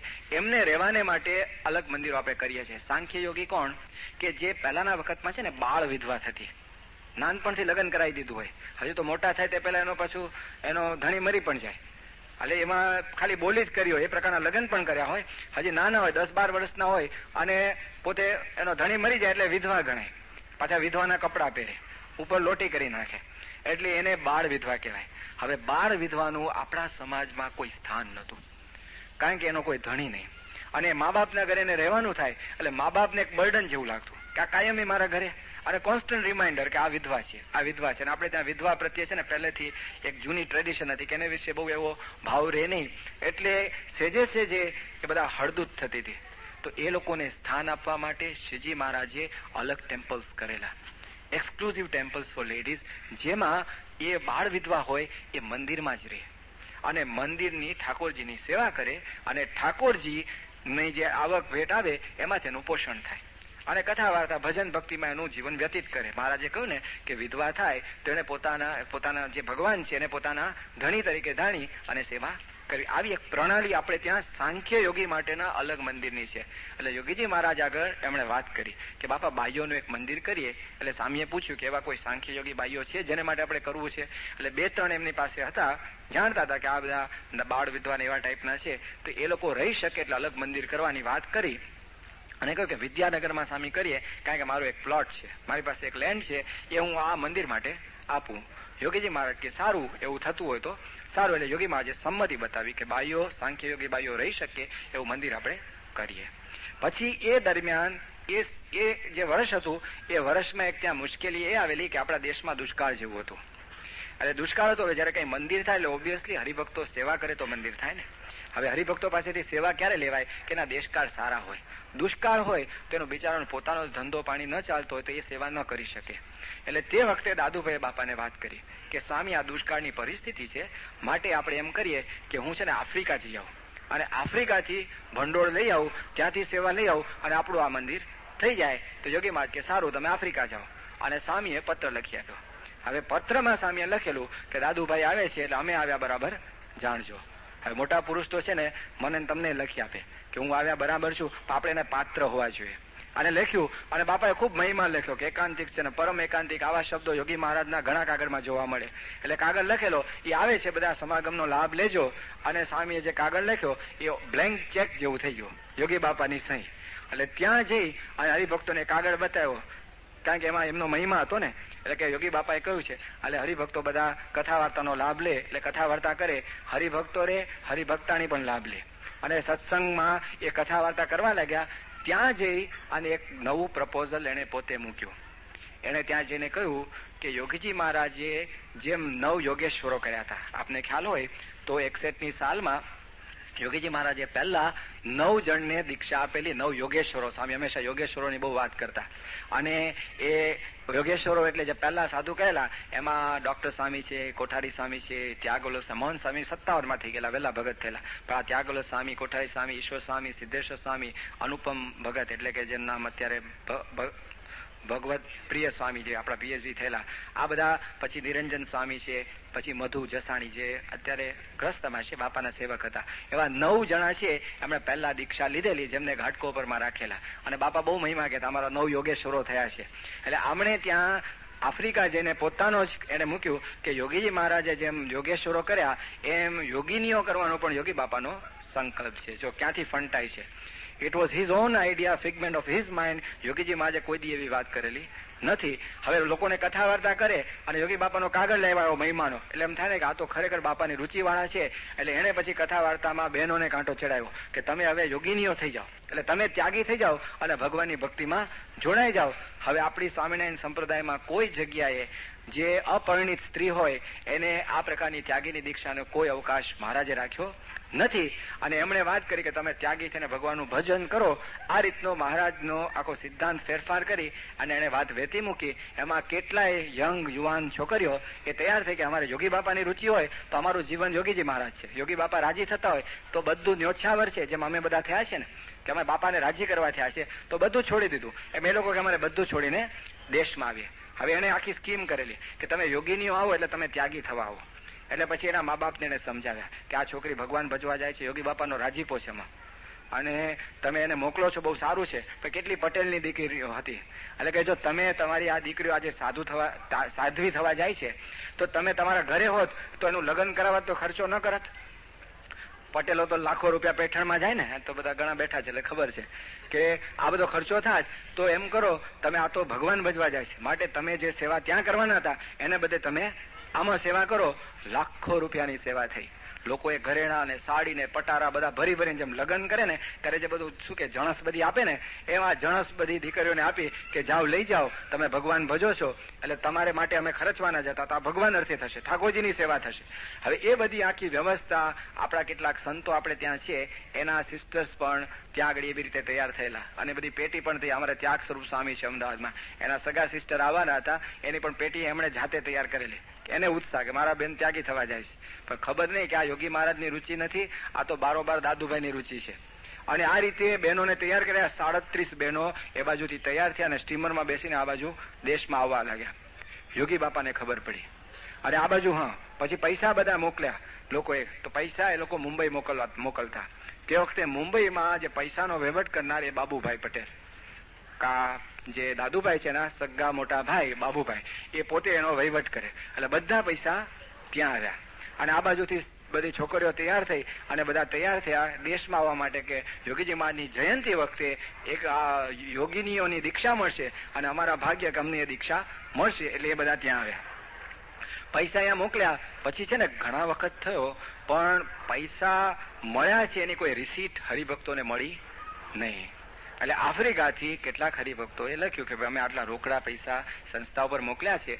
નોર્મલ ટ્રેડિશન છે, મહાપૂજા મોકલી હોય તો પણ એની રિસીટ મળતી હોય, તો આ તો મોટી રકમ મોકલી છે એની રસીદ અમને મળી નથી. એટલે એ કાગળ સંસ્થા ઉપર એટલે સેક્રેટરી ઉપર મગનભાઈ ઉપર આવ્યું. મગનભાઈ આપણા સેક્રેટરી હતા સુરતવાળા. એટલે એ મગનભાઈ છે તરત જ પોતે બોચાસન રહેતા હતા, બોચાસન મંદિરમાં, એટલે ગયા મુંબઈ. કારણ કે લોકો લખ્યું કે મુંબઈ મોકલી છે અને અમે રસીદ મળી નથી. એટલે એમણે ત્યાં જઈ અને બાબુભાઈને વાત કરી કે બાબુભાઈ આ બધી સેવા આવી છે તો એની રસીદ મોકલી નથી તો શું થયું છે. તે વખતે બાબુભાઈ કહ્યું કે એ પૈસા છે એ તો જુદા છે, એ આ સંસ્થામાં લેવાના નથી, એ તો અમારું ગુણાતીત જે જ્યોત ઉભું કરવાનું છે એને માટેની આ સેવા છે, એટલે એની કોઈ રસીદ હોઈ શકે નહીં. અને તરત જ મગનભાઈને જરા હી સેન્સ્ડ એટ કે ભાઈ અમુક કંઈક દાળમાં કાળું છે કે ભાઈ પૈસા આપણી સંસ્થામાં આવતા એની રસીદ આપવાની હોય, આ નોખું તંત્ર ક્યાંથી. એટલે હી ટેલિફોન ટુ પ્રમુખ સ્વામી કે સ્વામી આ પ્રકારનું પૈસા આવેલા છે પણ બાબુભાઈ એમ કે છે કે અમારે જુદા લેવાના છે અને એટલા માટે એની કોઈ રસીદ અમે આપી નથી, અમારી પાસે રહેશે. એટલે પછી પ્રમુખ સ્વામી પોતે જાતે મુંબઈ ગયા અને મળ્યા બાબુભાઈને કે બાબુભાઈ આ તંત્ર આપણી સંસ્થામાં ચાલે નહીં, આપણે પાસે પૈસા આવે તો રસીદ આપણે આપવી જ પડે, એ શુદ્ધ તંત્ર પહેલેથી જ પ્રણાલી છે. તે કે ના મારે આ જુદું રાખવાનું છે કારણ કે ત્યાં ગુણાતીત જ્યોત માટે પૈસા લેવાના છે, એની કોઈ રસીદ હોઈ શકે નહીં. એટલે તરત જ પ્રમુખ સ્વામીને થયું કે આ તંત્ર બરાબર નથી અને ઘણા બધા એવા કાગળ ભેગા થયેલા, લગભગ 24 લાખ રૂપિયા એ રીતે ત્યાં ડોનેશનમાં આવેલા જેનો કોઈ હિસાબ નહીં. એટલે ઓબ્વિયસલી સંસ્થાના નામે કોઈ માણસ પૈસા લે તો એ સંસ્થાને બેવફાદાર કહેવાય. એટલે પછીથી આ વસ્તુ બની. એટલે પછી એક આપણી ટ્રસ્ટીની મિટિંગ પ્રમુખ સ્વામીએ બોલાવી, યોગી બાપાની આજ્ઞા લઈને, અને ટ્રસ્ટીઓ બધા ભેગા થયા અને એમાં વિચાર કર્યો કે ભાઈ આ યોગ્ય થતું નથી. એ પહેલા યોગી મહારાજની જયંતિનો સમય આવી ગયો અને યોગીજી મહારાજને કોકે સમાચાર આપ્યા કે સ્વામી ત્યાંથી તો બધી યુવતીઓ છે બધી દીક્ષા લેવા અહીંયા આવે છે. એટલે યોગીજી મહારાજ એકદમ આકરા થઈ ગયા.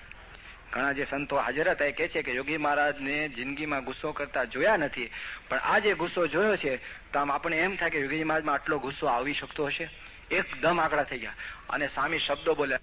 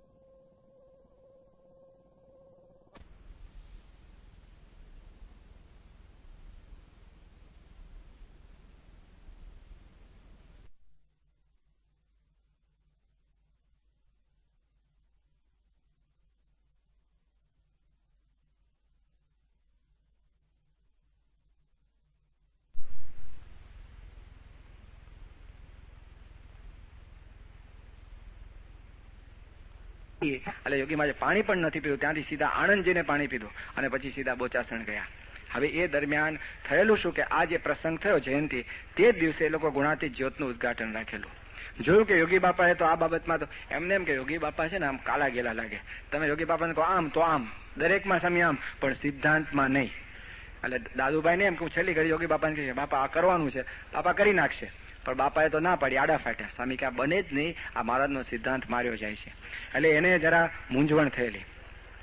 એમાં આગલે દિવસે જે જયંતિ હતી એના આગલા દિવસે પ્રમુખ સ્વામી મહારાજ આ બાજુ 2 દિવસ પહેલા યોગીજી મહારાજ ઊંઝામાં હતા અને પ્રમુખ સ્વામી ખાસ મળવા ગયેલા કે બાપા હજુ આને છોકરીઓનું વિસર્જન નથી કર્યું અને એવા સમાચાર છે કે આ જન્મ જયંતિના પ્રસંગે ત્યાં આગળ છોકરીઓને દીક્ષા આપવાની બધી વ્યવસ્થા કરેલી છે.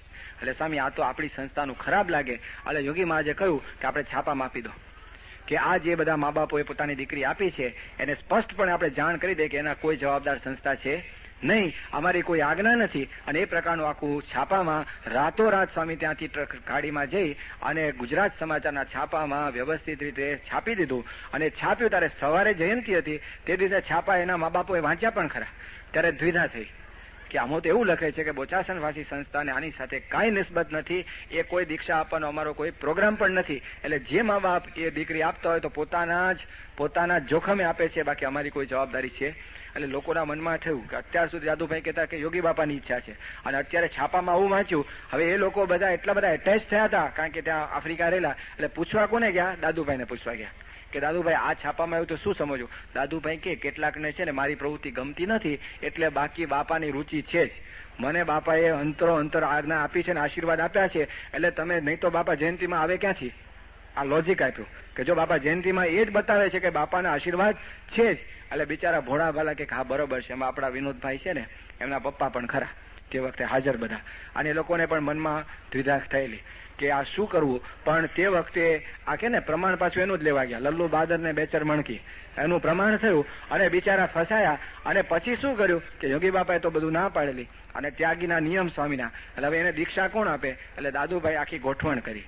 આફ્રિકાના બેચરભાઈ કહીને પ્રેસિડેન્ટ હતા ઈસ્ટ આફ્રિકાના, એ બેચરભાઈને એમણે ચડાવ્યા. એમણે કહ્યું કે બેચરભાઈ તમે તો આખા ઈસ્ટ આફ્રિકા સત્સંગ મંડળના પ્રમુખ, એટલે તમે આચાર્ય કહેવાઓ, મુખ્ય કહેવાય એટલે આચાર્ય, અને તમારા પત્ની આચાર્ય પત્ની.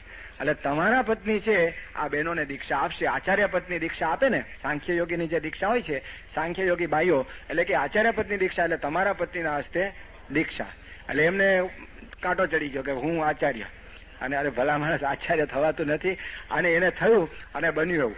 અને એને જે મંદિરનું ઉદ્ઘાટન કરાવવું હતું ત્યાં આગળ ગુણાતીત જ્યોતનું, તો એમાં છે ને ત્યાં નંદા સાહેબ આવવાના હતા ઉત્સવમાં, કારણ કે તો સ્વામીના શિષ્ય. તો નંદા સાહેબનો તાર આવ્યો કે હું મારે કંઈક અગત્યની મિટિંગ છે એટલે હું આવી શકું એમ છું નહીં, એટલે હું એક દિવસ લેટ આવીશ. એટલે જયંતિના દિવસે નતા ને યોગી બાબા તો જતા રહ્યા. એ લેટ આવ્યા ત્યારે એને લેવા ગયા દાદુભાઈ, અને ત્યાં રેલવે સ્ટેશન ઉપર એને લેવા ગયા ત્યારે દાદુભાઈ એમને વાત કરી કે નંદા સાહેબ યોગીજી મહારાજ તો બોચાસણ ગયા છે પણ આજ્ઞા કરતા ગયા છે કે તમે સત્સંગના વડીલ છો, તમે વડા છો, હવે કોકને વડા બનાવે એટલે થઈ જાય વડા, એટલે કે તમારા હસ્તે આનું ઉદ્ઘાટન કરાવવાનું યોગી બાપાએ આજ્ઞા કરી છે. નંદા સાહેબને કહો મારા ધન ભાગ્ય કે યોગી મહારાજની આજ્ઞા છે. એમણે જેને ગુણાતીત જ્યોતનું ઉદ્ઘાટન કર્યું. હવે નંદા સાહેબને દાદુભાઈ સાથે અત્યંત મોહબ્બત એનું એક જ કારણ કે સાબરકાંઠામાં એ પોતે ઇલેક્શનમાં ઉભા રહેલા. તે વખતે યોગી બાપાએ પોતે આજ્ઞા કરેલી, એટલે દાદુભાઈ ને કેટલાક માણસો એમને ત્યાં એના ઇલેક્શનના કેમ્પેઇનમાં મદદ કરેલી, ગાડી લઈને ફરેલા. એટલે નંદા સાહેબને મોહબ્બત કે આ દાદુભાઈ ખરેખરું, પણ હકીકતમાં યોગી બાપાના આશીર્વાદથી થયા તે ભૂલાઈ ગયું. અને એ પોતે નંદા સાહેબ પણ એમાં ભળ્યા. અને આ રીતે આખું ગુણાતીત જ્યોતનું ઉદ્ઘાટન થયું. આચાર્ય પત્નીએ દીક્ષા આપી અને આખું તંત્ર ઊભું થયું. હવે આ પ્રસંગ તો બની ગયો યોગી મહારાજની ના કહેવા છતાં. એટલે ટ્રસ્ટી મંડળ પાછું બોચાસણમાં ભેગું થયું અને નિર્ણય કર્યો કે આ દાદુભાઈ અને બાબુભાઈ એ સંસ્થા વિરુદ્ધ કામ કર્યું છે, માટે એમને આપણી સંસ્થામાંથી વિમુખ કરવા, એને સંસ્થામાંથી એને જુદા કરવા. એટલે એ પ્રકારનો નિર્ણય ટ્રસ્ટી બોર્ડમાં લેવાઈ ગયો. બધાની સહી થઈ ગઈ. યોગીજી મહારાજ પ્રમુખ સ્વામી બધાએ સહી કરી એના ઉપર અને નક્કી કર્યું કે આ આપણી પ્રણાલી વિરુદ્ધનું કામ કરે છે, માટે એમને વિમુખ કરવા. અને એ પછી મુંબઈમાં આપણી પત્રિકા, સત્સંગ પત્રિકામાં સમગ્ર સત્સંગને ખબર પડે માટે છાપવા મોકલી. હવે તે વખતે પત્રિકા જે સંભાળનાર હતા એ ત્યાં જે સંત હતા એ દાદુભાઈના હેતવાળા. હવે તમને કહું કે કેટલાક સંતો પણ કેવી રીતે હેત થઈ ગયું હતું એ પણ જાણવા જેવું છે કે એ બધા સંતો છે એ બધા ત્યાં મુંબઈ રહેતા ત્યારે દાદુભાઈ મુંબઈ એટલે મુંબઈમાં સંતો જે નવા નવા થયા હોય એટલે કઈ એ બધા કઈ ત્યાગ વૈરાગ વાળા ના હોય, એક યોગી મહાત્મા હેત કરીને થયેલા હોય, તો એ બધાનું પોષણ દાદુભાઈ જુદી જુદી રીતે કરે. આ તો એક દાખલો છે. કોકને એમ કે તમારે શું ભાવે, આંડવો ભાવે તો સવારે આંડવાનો નાસ્તો હાજર થઈ જાય, કોકને બીજું ભાવે. તો આવી રીતે લોકોને પદાર્થે કરીને વશ કરેલા. આ દરેકને એમ જ લાગે કે દાદુભાઈ અમારું ખરેખરું ધ્યાન રાખે છે. ધ્યાન રાખે છે કે ધક્કા ઉપર ચડાવે છે એ ખબર ન પડે. અને એવી રીતે કરેલું એ બધાને એમ કે દાદુભાઈ તો ખરેખર છે અમારું ધ્યાન. દાદુભાઈને કઈ કરવાનું ન હોય બારોબાર મુસાભાઈના વા પાણી, પોતાને કઈ ખર્ચો ન હોય, બીજાને બહેનોને બધાને કથા વાર્તા કરે ને એટલે બહેનોને કહી દે કે તમે આંડવો બનાવજો, તમે આ બનાવજો. એટલે બહેનો બિચારા ઉત્સાહથી કે સંતોને જમાડીએ.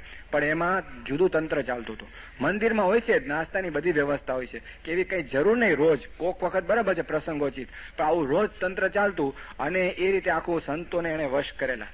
અને પછી એ તો કથા વાર્તા કરે તો કથા વાર્તામાં પણ ઘણી જગ્યાએ કે યોગીજી મહારાજ એવા પુરુષ છે કે એ તો આપણાથી ઓળખાઈ જ ના શકે. એ તો માયા પરના, એ તો એને ઓળખવા હોય તો મારા જેવા કોઈ એકાંતિકનો સમાગમ કરવો પડે. આ સ્પષ્ટ કહેતા. અને ઘણી વખત યોગીજી મહારાજ કથા કરતા હોય તો બીજે મારે એ પોતે સંતોને લઈને કથા કરતા હોય. સાક્ષાત યોગીજી મહારાજ બેઠા હોય એ પણ બુઠ્ઠા જેવા સંતો કહેવાય કે યોગી મહારાજની કથા મૂકી દે અને ત્યાં બેસે. આ રીતનું એટેચમેન્ટ થયેલું. અને એ સંતો આવી રીતે એને પોતાને વશ થયેલા. એમાંને એક ઇન્ચાર્જ ઓફ પત્રિકા હતા. એટલે એને તરત જ શું કર્યું, એને કહ્યું કે ભાઈ આ પત્રિકામાં છાપીશ નહીં. હવે આ તો ટ્રસ્ટી બોર્ડનો નિર્ણય, આ તો ઓર્ડિનરી કોઈનું વસ્તુ ચાલે નહીં. એટલે કહ્યું કે ભાઈ આ તો કરવું પડશે.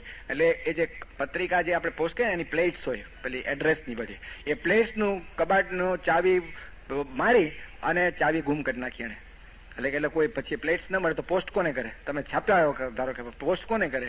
ત્યારે પછી ત્યાં બીજા સત્યપ્રિય સ્વામી છે, બીજા બધા સંતો હતા, એ બધાને ખ્યાલ ખરો કે આમો છે. પછીથી ગમે તેમ કરી અને પ્રયત્ન કર્યો અને એ લોકોએ કહ્યું કે ભાઈ આ છાપવા નહીં દે. બીજી બાજુ કહીને આ છાપવું જ પડે. અને સત્યપ્રિય સ્વામી જે આપણા છે ને એમણે બહુ જ તે વખતે જહેમત ઉઠાવેલી. એ બહારે જઈ પ્રેસમાં છપાવી આવ્યા અને પછી કબાટ તોડી અને એમાંથી પ્લેટ્સ લઈ બધા એડ્રેસીસ કર્યા અને બહારે જઈને પોસ્ટ કરાવીને ગામો ગામ આ પ્રકારનો સર્ક્યુલર મોકલ્યો. અને એક પત્રિકા આપણા મંદિરના વોલ ઉપર પણ ચોંટાડી કે આ બાબુભાઈ અને દાદુભાઈને વિમુખ કરવામાં આવે છે, એ લોકોની સંસ્થા વિરુદ્ધની પ્રવૃત્તિને લઈને અને મર્યાદા લોપી છે એટલા માટે. આ પ્રકારનું સ્પષ્ટ લખાણ હતું. એ પ્રકારે ત્યાં આગળ ચોંટાડી. એટલે ત્યાં જે હેતવાળા સંતો હતા 39 સંતો હતા દાદરમાં કે જે દાદુભાઈને વિશે વધારે હેતવાળા હતા. એ લોકોએ ઉપાડ કર્યો. એ કે જો દાદુભાઈ ને બાબુભાઈ નહીં તો અમે પણ નહીં. એ કે અમે અહીંયા નહીં રહીએ. તે વખતે મહંત સ્વામી હાજર હતા, બીજા સંતો પણ હાજર હતા. અને એ લોકો કે અમે જતા રહીશું. મહંત સ્વામીએ દંડવત કર્યા. એ કે તમારે જવું હોય તો યોગી બાપાની આજ્ઞા લઈને જાઓ, પણ તમે યોગી બાપાને મૂકીને તમે ક્યાં ચાલે? તમને કોઈએ કંઈ કહ્યું નથી. આ દાદુભાઈ બાબુભાઈને જુદા કર્યા છે એ સંસ્થાકીય નિર્ણય છે, બાપાનો નિર્ણય છે. તમે બાપાનો નિર્ણય પાડો કે કોનો નિર્ણય પાડો? બહુ સ્પષ્ટ દંડવત કરેલા. એ કે ના અમે નીકળવાના. અને એના લીડર આ Hariprasad, he was the one જેને 39 ને તૈયાર કર્યા. અને એમાં 39માં યોગીચરણ સ્વામી છે ને આપણી સંસ્થામાં, એ યોગીચરણ સ્વામી વોઝ વન ઓફ ધેમ. હવે યોગીચરણ સ્વામીની ઉંમર તે વખતે 13 વર્ષની. અને એને કેવી રીતે તૈયાર કરેલા કે આપણે બધા નીકળી જઈએ? એને કહ્યું કે આપણે છે ને ગામડે ફરવા જવાનું, પોટલું તૈયાર કર. એટલે નવા નાના સંતો ને એને મંદિરમાં બહુ ગમે નહીં, નાનું ઉપરથી નીચે બિચારું બંધિયાર લાગે, બારે ફરવાનું છે ખુશ, એટલે પોટલું તૈયાર કરીને ઉપડ્યા હતા.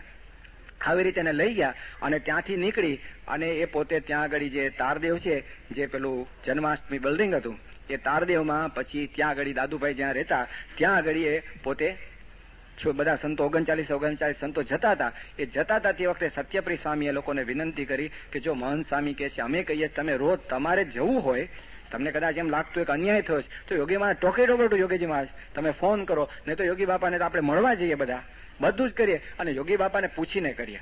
પણ યોગી બાપાને પૂછવા ન રહ્યા, જતા રહ્યા. તો જતા હતા સત્યપ્રિય સ્વામી પાછા બહુ આમ છે ને મુત્સદી પુરુષ છે. એને કહ્યું કે જો તમે જતા હો તો અમારે યોગી બાપાને જવાબ શું આપો, માટે તમે લેખિત આપો કે અમે રાજી ખુશીથી અમારી રીતે નીકળીએ છીએ. એટલે એને સ્પષ્ટ લખ્યું કે અમે અમારી સ્વતંત્ર થકા અમારી બુદ્ધિપૂર્વક નિર્ણય લઈ અને અમે નીકળી જઈએ છીએ. બધાએ સહી કરી, ઓલ ઓફ ધેમ 39 કે અમે નીકળી જઈએ છીએ. અને પછી એ લોકો જતા રહ્યા અને ગયા અને તાળદેવમાં પોતે ગયા. ત્યાં ગયા એટલે બધા રાજી થયા, કારણ કે એક ગ્રુપ ભેગું થઈ ગયું કે ભાઈ હવે આપણું જૂથ મોટું છે, સંસ્થાની સામે બળવો કરવાનો એક આખો પેત્રો હતો.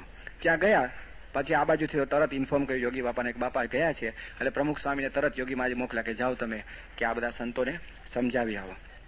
બન્યું શું કે ત્યાંથી ગયા ને તો પછીથી પ્રમુખ સ્વામી 2 દિવસ પછી આવ્યા, પણ એ ત્યાં ગયા ત્યાં આગળ દાદુભાઈએ જોયું કે આ બધા સંતો આવ્યા છે, પણ એને પ્રશ્ન થયો કે હવે એનું પોષણ કેવી રીતે કરવું. આવી તો ગયા, પણ પછી એને સંભાળવા કેવી રીતે? કાં તો એક હાથી જેવા કહેવાય, એક સંતને પાળવો એટલે હાથીનો ખર્ચા જેવું લાગે, એટલે કરવું શું?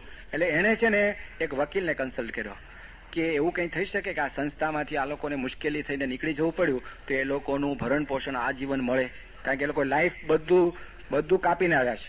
હવે અહીંયા આવ્યા પછી એ લોકો નીકળી જાય તો એ લોકોને એમ પરિસ્થિતિ એવી થઈ ગઈ કે નીકળવું પડ્યું, તો પછી એ લોકોનું ભરણ પોષણ લાઈફ ટાઈમ. તો વકીલે કહ્યું હા મળે, પણ they must be inside first. એ લોકો ત્યાં હોવા જોઈએ, એ બહાર આવ્યા છે ન ચાલે. એટલે એ લોકો પાછા મંદિરમાં રહે, પછી ત્યાંથી એ લોકો એ પ્રકારનું અપીલ કરે કે અમને અહીંયા રહેવું મુશ્કેલ છે, અમારે જાનને જોખમ છે, સમથિંગ લાઈક ધેટ, તો કંઈક લીગલ તમે ક્લેમ કરી શકો. એટલે બધું આખું ધાડું 39 બધું નેક્સ્ટ ડે પાછું આવ્યું. ત્યાં આવ્યું ત્યારે દરવાજા બંધ, અને તે વખતે સ્ટ્રિક્ટ ઇન્સ્ટ્રક્શન મહંત સ્વામી આપેલા અને સંતોએ કે હવે એ લોકો હવે ગયા છે રાજી ખુશીથી, now if they want to come in they must take permission of Yogiji Maharaj. એટલે એ લોકો આવે એટલે કહ્યું તમે યોગી બાપાની આજ્ઞા વગર ગયા, તે છતાં આવવું હોય તો યોગી બાપાની આજ્ઞા લઈ આવો તો તમને પ્રવેશ, ત્યાં સુધી તમે મંદિરમાં પ્રવેશ નહીં મળે. તો એ લોકો તો ત્યાં પેલું કે ઘેરાવો ત્યાં નાખ્યો કે અમે અહીંયા જ રહેશું ને અમારું જ મંદિર છે. પછી કોકે વળી કંઈક સલાહ આપી હશે, તમે એમ કરો પોલીસ સ્ટેશને જાઓ અને એમ તમે એવું ક્લેમ કરો કે અમને અહીંથી કાઢી મૂક્યા છે અત્યારે, એટલે અમારી આ પરિસ્થિતિ અમે નિરાધાર છે. એટલે એ લોકો દાદર પોલીસ સ્ટેશને ગયા, અને દાદર પોલીસ સ્ટેશને જઈને એ લોકોએ કહ્યું કે ભાઈ અમારી સામે આવું થયું છે, અમારે આ મુશ્કેલી થઈ છે અને we have been driven out. એટલે દાદર પોલીસ સ્ટેશન વાળાએ જોયું કે તમારું મંદિર ક્યાં છે? આપણું મંદિર છે ને દાદરમાં જ છે, પણ it comes under Matunga police સ્ટેશનના જ્યુરિસ્ડિક્શન, દાદરના જ્યુરિસ્ડિક્શન નીચે ન આવે. એટલે દાદર વાળાએ કહ્યું કે આ જ્યુરિસ્ડિક્શન છે ને માટુંગાનું છે, તમે ત્યાં પોલીસ સ્ટેશને જાઓ. એ દરમિયાન આપણા જે સત્યપ્રિય સ્વામી છે એને પેલી જે કોપી હતી ને અમે રાજી થકા નીકળી જઈશ, એની કોપી એમને ખબર હતી કે માટુંગા પોલીસ સ્ટેશન આપણી નીચે છે, ત્યાં એપ્લિકેશન કરી દીધી કે આ લોકોએ પોતે આવી રીતે ધમાલ કરીને નીકળી ગયા છે અને ધીસ ઇઝ ધેર લેટર. એટલે ત્યાં એક છોકરાને મોકલી દીધો હતો. આ લોકો દાદર ગયા અને દાદરથી પછી માટુંગા પોલીસ સ્ટેશન કે ભાઈ અમારે કમ્પ્લેન નોંધાવી છે. તો પોલીસ ઓફિસરે તરત કહ્યું કે તમારી સામેની આ કમ્પ્લેન છે ને આ લેટર તમારો છે? કે હા. તો અમે તમે શું લખ્યું છે? કે અમે રાજી થકા નીકળ્યા છે, કે હવે ખબરદાર જો તમે મંદિરમાં ધમાલ કરી છે તો વી વિલ એરેસ્ટ યુ. આ એક પ્રસંગ એવો બન્યો. હવે ધીસ ઇઝ વોટ હેપન. અને પછીથી તે વેન્ટ અવે. હવે આ બાજુ પ્રમુખ સ્વામી પાછા આવ્યા.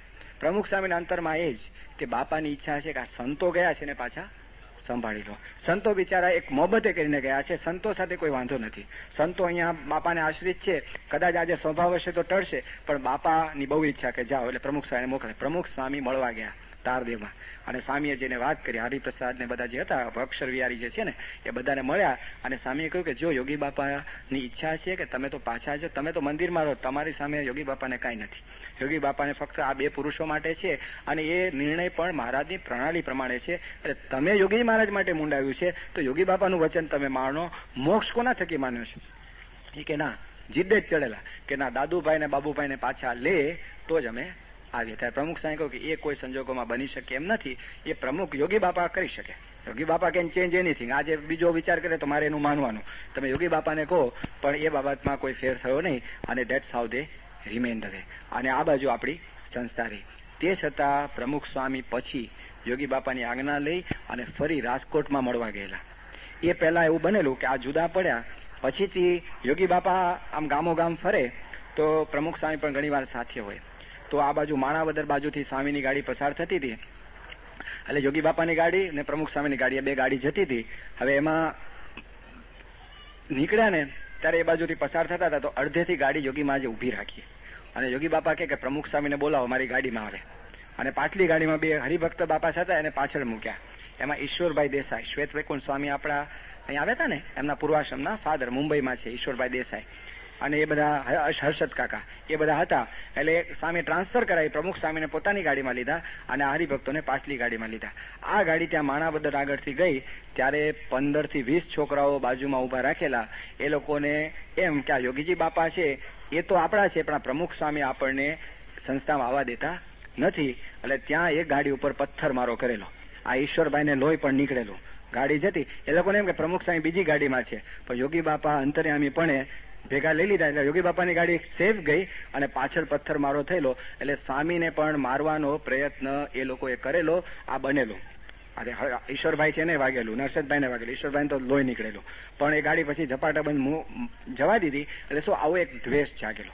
અને એ લોકો હંમેશા એક પ્રવર્તન કરતા હતા કે યોગીજી મહારાજને કોઈ વાંધો નથી, પણ બીજા બધા છે એ એને સંસ્થામાં રાખવા માંગતા નથી.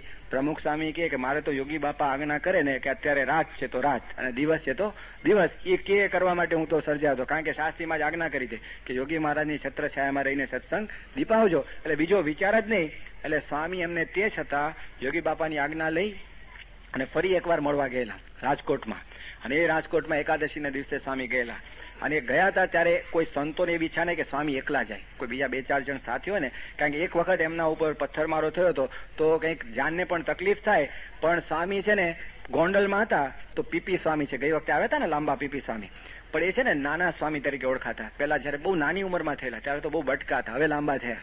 તો એ ટૂંકા હતા એટલે નાના બાળક જેવા હતા, નાની ઉંમરમાં થયેલા. તો એ નાના સંત હતા.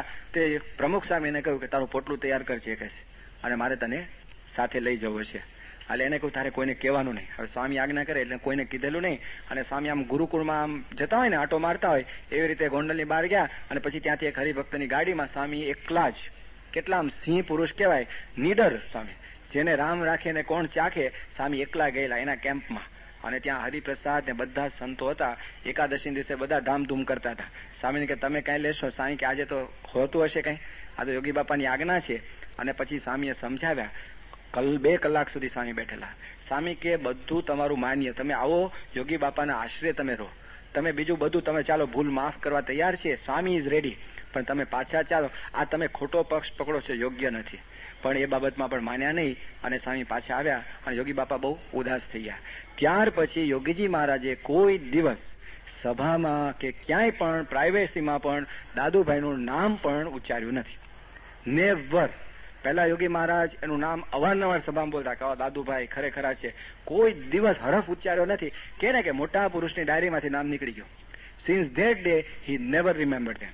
અને 39 સંતો હતા એમાંથી પણ કોઈને રિમેમ્બર નથી કર્યા. આ યોગીચરણ પાછા કેવી રીતે આવ્યા? એના બાપુજી શુરવીર છગનભાઈ, એ કે આ માળો યોગી મહારાજને મૂકીને ક્યાં ચોટી ગયો? એટલે એ પહોંચ્યા ત્યાં આગળ સોખડા. એ લોકો ગયા પછી સોખડા ગયા. સોખડા છે એ મંદિર છે, એ પણ આપણી સંસ્થાના નામે જ છે. પણ કેટલા દયાળુ સ્વામી. સ્વામી કે ભલે ભગવાન ભજતા હોય તો ભલે સોખડામાં રહેતા, આપણે કઈ માથાકૂટ કરવી નથી, નહીં તો સોખડા આપણી સંસ્થાનું કહેવાય, એમાં રહી ન શકે. પણ એ રહે છે. સ્વામી ઉદાર દિલવાળા. અને યોગીચરણને એના ફાધર પકડી લાવ્યા ત્યાંથી કે ચાલ તું ઘરે જ, લેંગો પહેરાઈને ઘરે લઈ ગયા. અને ઘરે લઈ ગયા અને બોચાસણમાં યોગી બાપા પાસે લઈ આવ્યા કે બાપા આ લાવ્યો છું આ મૂર્તિઓ, હવે શું કરવું છે? સાંઈ કે અમે શુદ્ધિકરણ કરાવ્યા.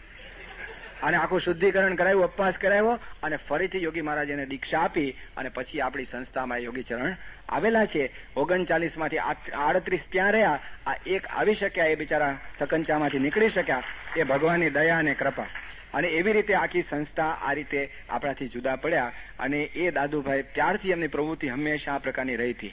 અને પછીથી તો એને બહેનોને દીક્ષા ને બધું આખું તંત્ર ચલાવેલું છે, જે મહારાજની એકદમ આજ્ઞા વિરુદ્ધનું કાર્ય છે, મહારાજની પ્રણાલી વિરુદ્ધનું કાર્ય છે. અને હંમેશા એક સૂત્ર એ લોકો વાપરે છે કે અમે તો એક જ છીએ. આ એક હંમેશા વાપરે છે. અને અભાવ અવગુણ ન લેવા, આ 2 સૂત્ર હંમેશા એક કહેતા હોય છે. અભાવ અવગુણ ન લેવા એટલે સમજવા જેવું છે. અભાવ અવગુણ નહીં લેવા આપણા આત્માના કલ્યાણ માટે 100%ની વાત છે. પણ કોઈ ખરેખર ખોટું કરતું હોય તો 53નું વચનામૃત વાંચજો. મહારાજે લખ્યું છે કે પંચવર્તમાનમાં ફેરફાર હોય તો અભાવ લેવો. એટલે અભાવ લેવો એટલે ભૂંગળું બગાડવું નહીં, પણ મોટા પુરુષને તો વાત કરવી, કારણ કે એનું સોલ્યુશન હોય. આપણે કોઈ કેસ હાથમાં ન લેવો. એટલે એ લોકો પોતાનું ઢાંકવા માટે શું કે અભાવ અવગુણ ન લેવા. અને પછીથી તો બરાબરનું આખું તંત્ર ચાલ્યું. ત્યાં આગળ એક પ્રણાલી અમે સ્થાપી કે આ બધાને કેમ ના પકડી રાખવા. એટલે કોકને બ્રહ્મ સ્વરૂપનું ટાઇટલ આપ્યું, કોઈને મુક્તનું ટાઇટલ આપ્યું. અને બધાની મૂર્તિઓ મંદિરમાં પૂજામાં આવતી થઈ. હરિપ્રસાદ બ્રહ્મ સ્વરૂપ ક્યારે થઈ ગયા ખબર નહીં, પણ એ પ્રગટ બ્રહ્મ સ્વરૂપનું ટાઇટલ લાગ્યું.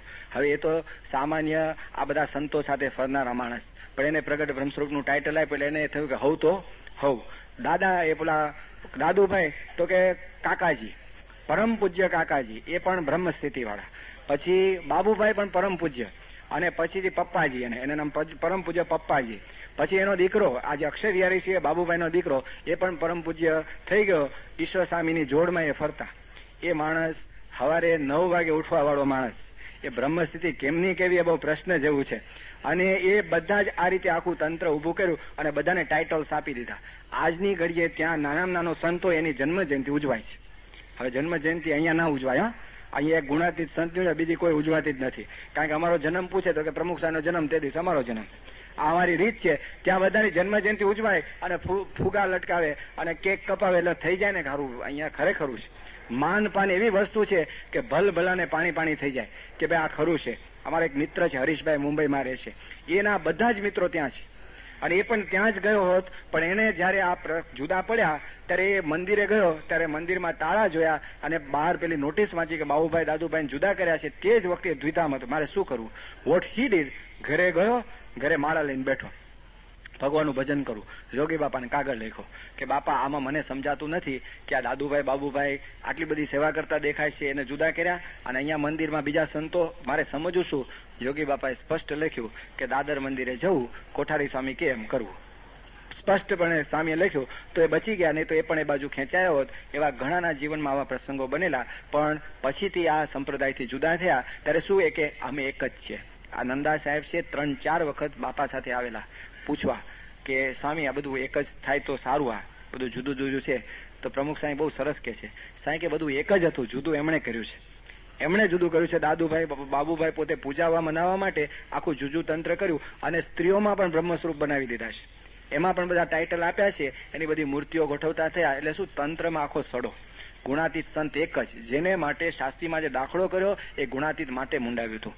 ગોપાલ સ્વામી મોટા હતા, નિત્યાનંદ સ્વામી મોટા હતા, પણ સિદ્ધાંત અક્ષરે સહિત પુરુષોત્તમનો છે એ સિદ્ધાંત સમજવા માટે એ એક શાસ્ત્રીમાંનો દાખલો હતો. એ દાખલા ઉપર પાણી ફેરી દે કે બધા જ મુખ બધાય કલ્યાણ કરી શકે અને દેશ વિભાગ કરી દીધો કે સોખડા બાજુ છે હરિપ્રસાદ કરે, પછી આ બાજુ મુંબઈ બાજુ કાકાજી કરે, પછી પપ્પાજી કરે. આવી રીતે જુદો જુદો વિભાગ કરેલો છે અને આ રીતે આખું તંત્ર ચાલે છે. ઘણી જગ્યાએ કહે છે હવે ભગવાન સ્વામિનારાયણ દ્વિશતાબ્દી આવી ત્યારે ગામો ગામ સત્સંગમાં જો માણસની કેવી કે ને વિપરીત બુદ્ધિ થતી હોય છે કે ગામો ગામ ધર્માદા ઉઘરાવા સંતો જાય તો ત્યાં આગળ સંતો આપણા ગયા હોય તો અમુક ગામમાં સંતોએ ધર્માદો નોંધાવે, પછી છે ને બધો કલેક્ટ થતો હોય, પછી એક ઘરે પડ્યો રહે અને પછી ધર્માદો આપણા મંદિરની ગાડી જાય ને લઈ જાય.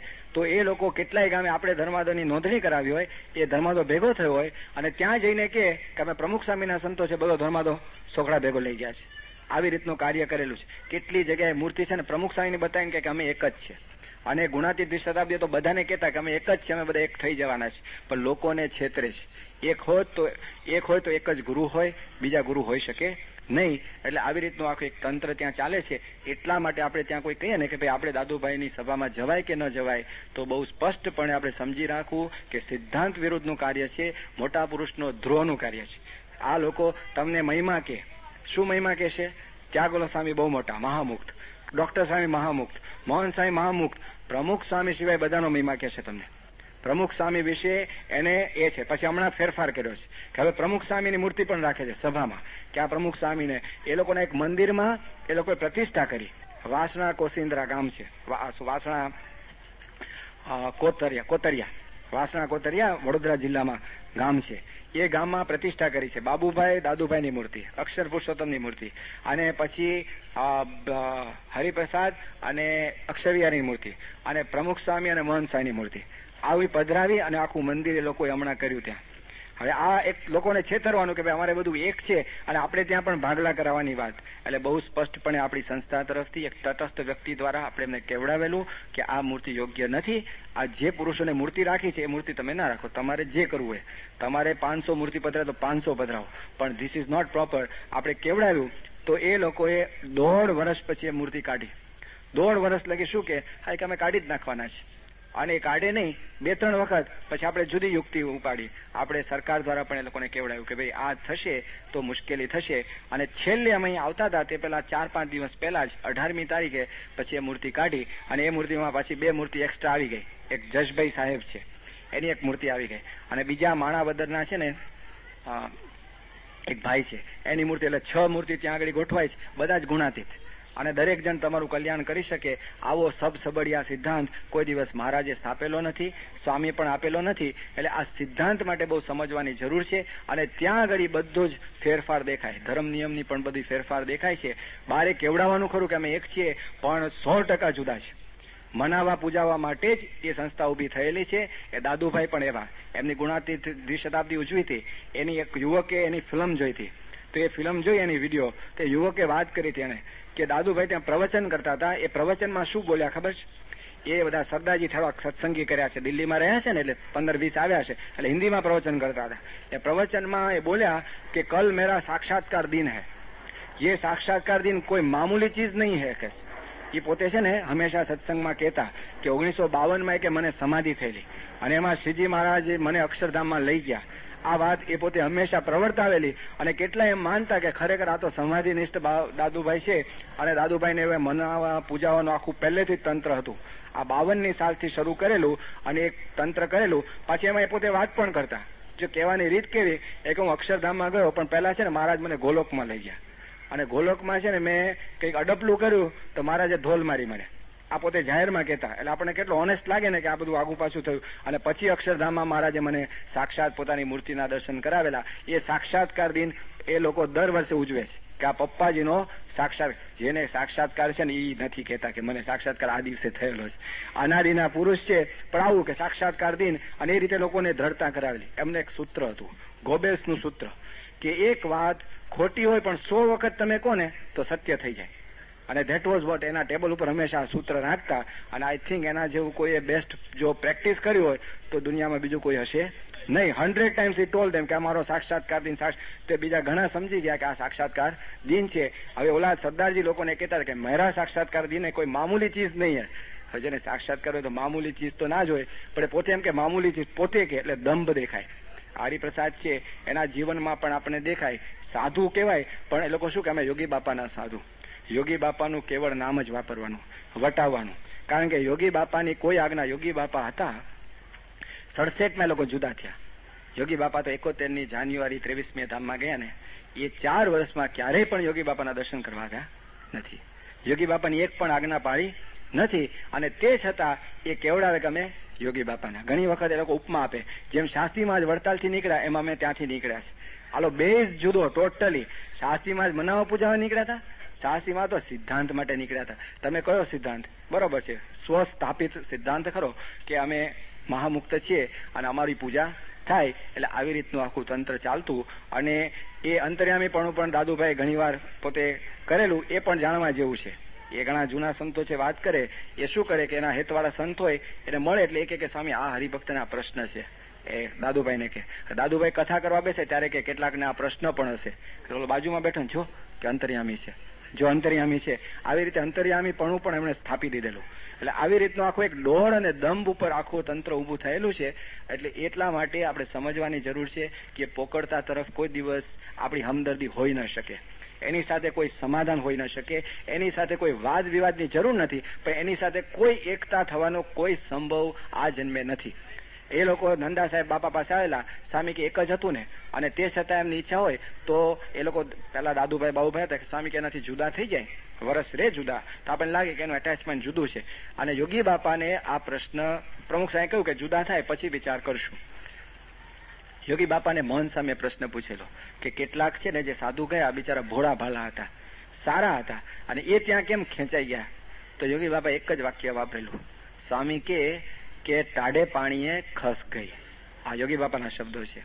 અને બીજું એક વખત યોગી બાપા બોલેલા, વિવેક સાગરની ડાયરીમાં લખેલું છે, આ વખતે મને બતાવ્યું કે જો આ તે વખતની ડાયરીમાં સ્વામી બોલેલા કે કોકે પ્રશ્ન પૂછેલો કે બાપા આ બધા કેમ જતા રહ્યા?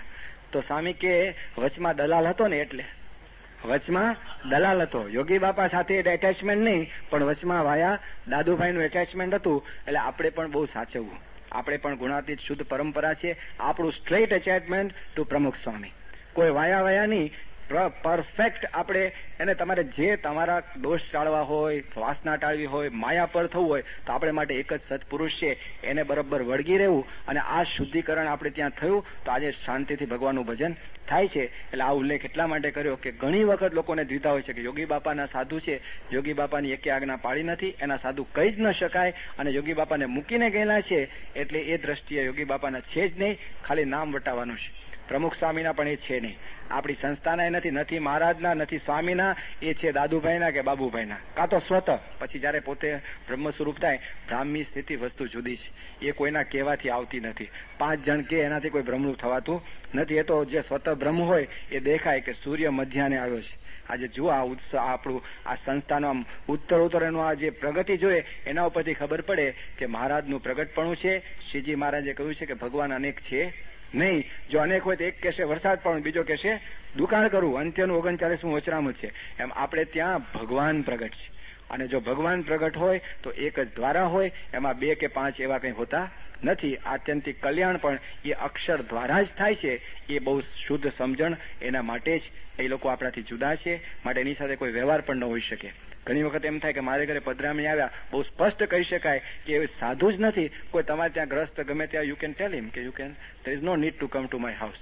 એમાં કોઈ દ્રોહ થતો નથી, કારણ કે ત્યાં રહ્યા થકા પણ પ્રમુખ સ્વામીનો દ્રોહ કરે છે. લોકોને સ્વામીનો એવો મહિમા પણ એવો જેમ તેમ કે છે. હમણાં જયારે મૂર્તિ કઢાવી ત્યાંથી વાસના કોતરિયામાંથી, તે વખતે આપણા એક હરિભક્ત હતા સિદ્ધાર્થભાઈ, એમ્સ ઓક્સિજન વાળા, તમે ઓળખો, બાપાએ જ્યાં આરામ કર્યો હતો એ ત્યાં હાજર હતા, પોતે ગયા હતા એ સાથે, કારણ કે એ સુથારને લઈને જ ગયા હતા. એ કે આ મૂર્તિ કાઢવાનું કે તો પાછું કે હવે અમારી પાસે માણસ નથી, તો તૈયાર બધું હીરાખણી કે ભાઈ કાઢી જ નાખો. હવે એ મૂર્તિ કાઢતા પહેલા હું તમને એક ઇતિહાસ કહું જે તમને જાણવાની જરૂર છે. એ બાપાની મૂર્તિ આ બાજુ મોહનસાની મૂર્તિ હતી. એ લોકો કાઢવા માટે શું કે ખબર છે, છેલ્લે સજેશન આપ્યું, એમ કરો કે અમારી પાસે યોગી મહારાજની તો ગોદડી પ્રસાદીની છે, એક શાસ્ત્રી મહારાજ તમે આપો, તમે 2 ઢાંકી દેશું ત્યાં આગળ.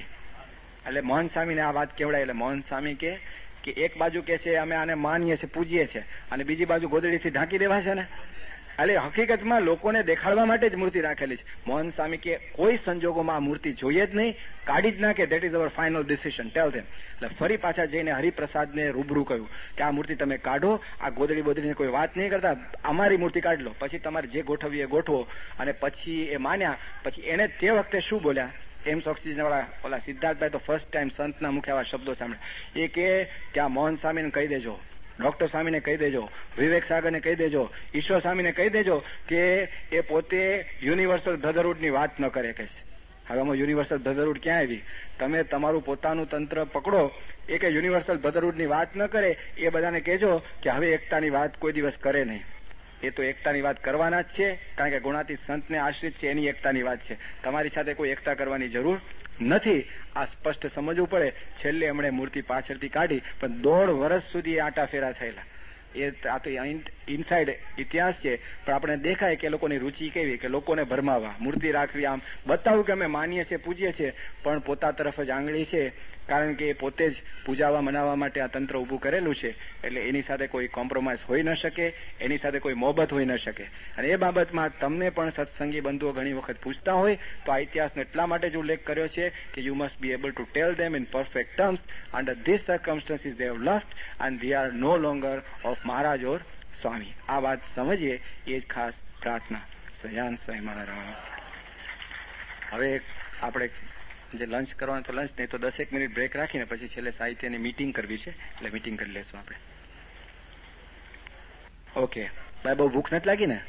હા, અશ્વિનભાઈ બરોબર વિધિ કરી છે ને? અહીંયા એક પ્રશ્ન છે, આ એક વાત કરી છે, આ ઉલ્લેખ કરી દઉં. આ વખતે કળશ વિધિનો મહોત્સવ છે મુંબઈમાં, અને બાપાનું હાકડમ આમંત્રણ છે કે સર્વે આવજો, કારણ કે આ શિખરબદ્ધ મંદિરનો પ્રથમ શિખરબદ્ધ મહોત્સવ એ આપણને લાભ મળશે એના કળશ વિધિનો. અને એ કળશ પાછા અમને અહીંયા અમેરિકાની જ ભેટ છે. એટલે તમારે માટે સ્પેશિયલ આમંત્રણ છે કે જેને અનુકૂળતા હોય, અને અનુકૂળતા ન હોય તો અનુકૂળતા કરીને પણ એ સમયમાં જરૂર મુંબઈ પધારજો. હવે મુંબઈ આવો ત્યારે અત્યારથી પાછું આયોજન પણ તમને આપી દઉં, કારણ કે તમે મુંબઈ સમયા પછી સીધા કાકા મામાને મળવા જાઓ છો. આ વખતે વ્યવસ્થા રાખી છે. આ વખતે એવી વ્યવસ્થા ડોક્ટર સ્વામીએ વ્યવસ્થિત વિચાર કરીને એડવાન્સમાં કેવડાવ્યું છે કે આ વખતે જયારે બધા હરિભક્તો આવશે ત્યારે એ હરિભક્તોને છે ને એમને ત્યાં વ્યવસ્થિત રીતે ત્યાં 1 અઠવાડિયાની શિબિર કરવી છે. એટલે તમારું આયોજન એવું કરજો કે સમય આપેલા 2 દિવસ પહેલા જજો, પણ પછીથી શિબિરમાં ત્યાં રોકાજો, અને ત્યાં આગળ ડોક્ટર સ્વામી, મોહન સ્વામી, કોઠારી સ્વામી, બધા મોટા મોટા ઈશ્વર સ્વામી, ત્યાગલો સ્વામી, બધા ઠીમે ઠીમ બધા સંતોના હોકારા પડકારવાનો લાભ મળશે. અને એ અઠવાડિયાનો જે લાભ મળશે ને એ વર્ષ સમાગમ કરો એના કરતા પણ અધિક લાભ તમને એ દરમિયાન મળશે. એમાં પાયો આપણો સોલિડ બનશે અને સત્સંગની નિષ્ઠાની વાતો, સ્વામીના મહિમાની વાતો અને જીવન કેવું બનાવવું એની પણ વાતો અદભુત થશે. તો જરૂરથી ત્યાં રોકાજો. અને બીજું કાકા મામાને પણ કાગળ લખી દેજો કે એમને આવવું હોય તો કળશ વિધિમાં તમારા દર્શન કરી જાય. એટલે એ કળશ વિધિ વખતે પાછો બીજો કોઈ કાર્યક્રમ રાખતા નહીં. તમારે વેકેશન નાનું હોય તો નાનું, પણ ત્યાં તમે રહેજો. આગા પાછા થતા ને બધી તમારી વ્યવસ્થા કરવામાં આવશે. વચમાં જ્યુસ જોશે તો જ્યુસ પણ તમને પાશું, અને પીઝા ખાવાની ઈચ્છા હશે તો પીઝા પણ જમાડશું. પણ આ વાત ફરી નહીં મળે, આવો લાભ નહીં મળે. એ લાભ જરૂરથી લેજો. બાપાની અત્યંત રૂચિ છે કે આવી જબરજસ્ત શિબિર ચાલે. આજે દેશમાં તો શિબિરોનો જબરજસ્ત ઉપાડ ઈશ્વર સ્વામી, ડોક્ટર સ્વામી, મહંત સ્વામીએ કરેલો છે. ગામો ગામ ઉપડ્યા છે અને 3-3, 4-4 દિવસ છાવણી કરે. આ તો આપણે આ સવારથી આ બપોર સુધીની આ નાની છાવણી છે, મિની છાવણી. પણ જ્યાં ડોક્ટર સ્વામી પડકારા કરે ને 3.5 કલાક સુધી તમે ઉભા ના થાવ, અને એવી વેધક વાણી આવે ને તે ઘણા તો મને લાગે મુંડાવીને જ ઘર ભેગા થાય કે ભાઈ આ તો આજ કરવા જેવું છે. જબરજસ્ત પ્રમુખ સ્વામી બોલેલા કે આ ડોક્ટર સ્વામી બોલે છે એની ડ્યુટીમાંથી વાત આવે છે.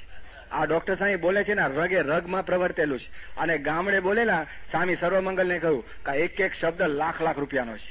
અને બીજે ગામ ગયા ત્યાં સ્વામી કે તું નોંધી લે, એક એક શબ્દ કરોડ રૂપિયાનો છે. કારણ કે એને અંદરથી આવે છે. એ ડોક્ટર સ્વામી પડકારા કરે, બધા સ્વામી ટપાલ લખતા ને આમ અધર બોલપેન મૂકી દે અને સાંભળે જ રાખે. અને મરક જે હાસ્ય કરે ત્યારે આપણને દેખાય કે સિદ્ધાંતિક વાત. ડોક્ટર સ્વામી પાસે કોઈ લલો ચપ્પો ન ચાલે, એ કોઈ દી નહીં પંપાડે. સિદ્ધાંતિક વાત કરશે. તમે આવશો ત્યારે હું તો તમને જ્યુસની પહેલા વાત કરી, એ તમને એ જ વાત કરે કે કોથળા પર શું ઉપર છે. આવવાની હોય તો ઈચ્છા આવજો, નાસ્તાનો મેળ નહીં ખાય, ઈચ્છા હોય તો આવજો, કૌશિકું નહીં મળે, આવવું હોય તો આવજો. અને ડોક્ટર સ્વામી એક સૂત્ર એમનું જીવનનું છે કે તમારી ગરજે અને સ્વામીની શરતે સત્સંગ કરજો. આ એમનું એક જબરજસ્ત સૂત્ર છે. સિદ્ધાંતિક વાતો કરનારા બહુ ઓછા છે, પંપાડનારા ઘણા હોય. અમે પણ તમને કહે કે જ્યુસ ને બધું પીઝા ને બધું થશે એ અમે પંપાડીએ. ડોક્ટર સ્વામી સિદ્ધાંતિક વાત કરશે વ્યવસ્થિત, પણ એની વાતથી સંતોષ થાય છે. કારણ કે બાપાના એવો એમના ઉપર કૃપા છે. અને એ પણ એ સ્વામીના મહિમા માટે જ રાત દિવસ વિચરે છે. મહંત સ્વામી પણ એવા મંડ્યા છે. ત્યાગોલ સ્વામી ગામો ગામ તમે જુઓ. કોઠારી સ્વામી જબરજસ્ત, તમે એના દર્શન કરો ને શાંતિ થઈ જાય. એ કોઠારી સ્વામી તો આમ પસાર થતા હતા. એક સંતે પૂછ્યું કે બાપા સાધુતા શું? સાંઈ કે આ દર્શન કરી લે કે આ મૂર્તિમાન સાધુતા જાય છે. ઓલા ઘનશ્યામચરણ સ્વામી મુજરા કરે છે ને, પેલા જાડિયા મોટા પેટવાળા, એ બધા જુદી જુદી રીતે ઓળખે છે. પ્રથમ અહીં આવનાર અમેરિકામાં 4ના મંડળમાં એ ઘનશ્યામ સ્વામી અત્યારે સુરતના મહંત સ્વામી ઓફિશિયલી નિમેલા છે. એનો લેખ કરેલો છે. પણ એવા હસતા કે મહંત બનાવીએ, કારણ કે આમ શોભે એવા છે ગાદી પર. પણ એ ઘનશ્યામચરણ સ્વામી ત્યાં આગળ પેલા આમ પસાર થતા હતા ત્યારે ઇન્દ્રવદન બાપાની ગાડી ચલાશે. એને કહ્યું સ્વામી કે અસાધારણ પ્રીતિ જોઈ છે, જા અને જોઈ લે કે છે. આ પસાર થાય અસાધારણ પ્રીતિ, આમ ગોપીઓ જેવી પ્રીતિ સ્વામી સાથે. સ્વામી પણ એવું હેત કરે કે આખું ને આખું નખ શીખ સુધી દૂધપાકથી નવડાવે ને.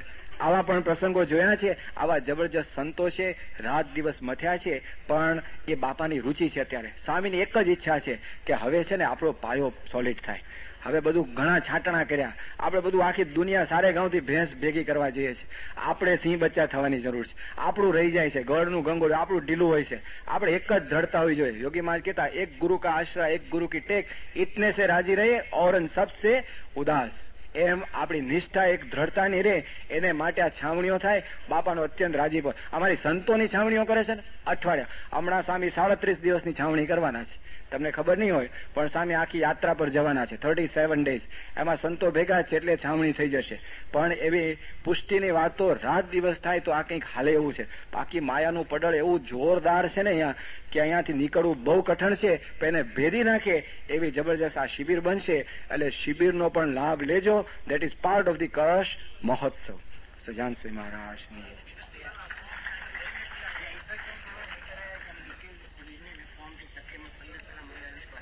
હા, આ શિબિરની જે તારીખો પણ લખેલી છે. હું તો અઠવાડિયું કહેતો હતો, પણ 29 રવિવારે સાંજથી 2-12 બપોરે, બુધવાર બપોર સુધી, એટલે લગભગ 3 દિવસની શિબિર છે. ઉત્સવ પછી તરત જ છે.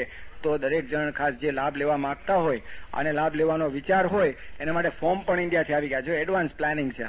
ધીસ ઇઝ વોટ વી સે પ્લાનિંગ. આ ફોર્મ છે ને સપ્ટેમ્બર 15 પહેલા આપણે પહોંચાડવાનું છે, કારણ કે ત્યાંની વ્યવસ્થા થાય અને શિબિરમાં જો વધારે હોય તે પ્રમાણે સ્થળ પણ શોધવું પડે, કારણ કે મંદિરમાં કંઈ એટલા બધા સમય શકે નહીં. તો આ એક ખાસ સ્પેશિયલી ફોર યુ પીપલ. તમે પરદેશથી આવો છો તો તમારે માટે આયોજન સ્વામીએ કર્યું છે. કેટલો બધો કે ને કે પાર્શિયાલિટી દેખાય. દેશમાં લાખો હરિભક્તો છે, અહીંયા ખાલી ગણ્યા ગાંઠ્યા કમ્પેરિઝનમાં, પણ તમારે માટે મોટા સંતોને સ્વામી ફાળવે છે, ડોક્ટર સ્વામી, મોહન સ્વામી, એ બધાને. તો આ ફોર્મ્સ પણ અહીંયા છે, ઓફિસમાં મળશે ને. તો આજે જતા પહેલા છે ને ભરી જ જજો. એવું એક જબરજસ્ત આ ઉપાડ કરો કે ચાલો મુંબઈ કળશ વિધિમાં અને શિબિરમાં નાના મોટા તમામ લાભ લઈ શકશે. અને એ આખી જે વિધિ છે આ ફોર્મ પણ તમે જરૂરથી ભરજો અને એ ત્યાં આગળ તમને લાભ મળશે. હા, એટલે દરેકને નાના મોટા બાય ભાઈ બધાને આમંત્રણ છે આમાં.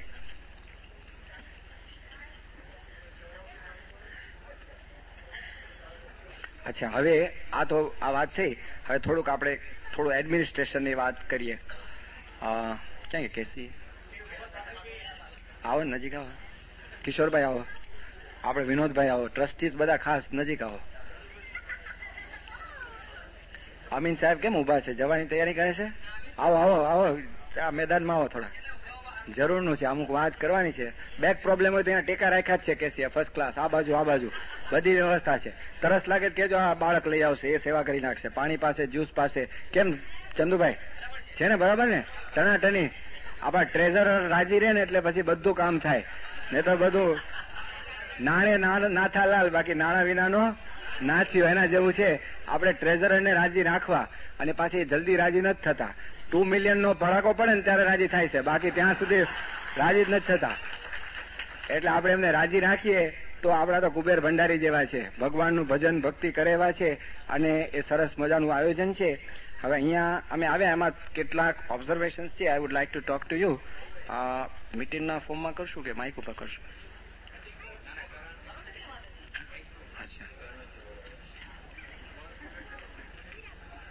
અચ્છા, હવે આજે હું વાત કરીશ નથી કે આપણે ત્યાં અહીંયા જે સત્સંગ થાય છે એ સત્સંગ વિશેષ સારી રીતે થાય એ જ પ્રકારની ભાવનાથી કરું છું.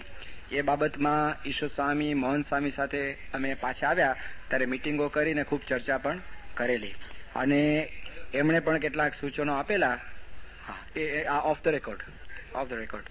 બોલું પણ ડોન્ટ રેકોર્ડ ઇટ પ્લીઝ. હા, ટેક ઇટ ઓફ. કારણ કે આ તો એક કેવું છે, આ એક સૂચન છે, અને સૂચન હંમેશા સ્વીકારાય એવું પણ નથી. એ બહુ સંપૂર્ણ એ જાણ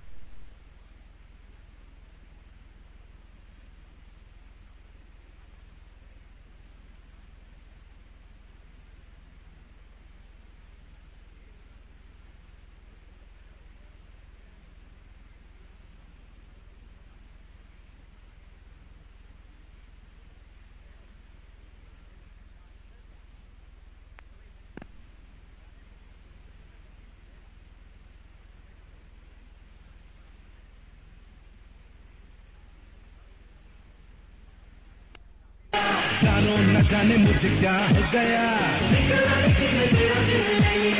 लगे क्यों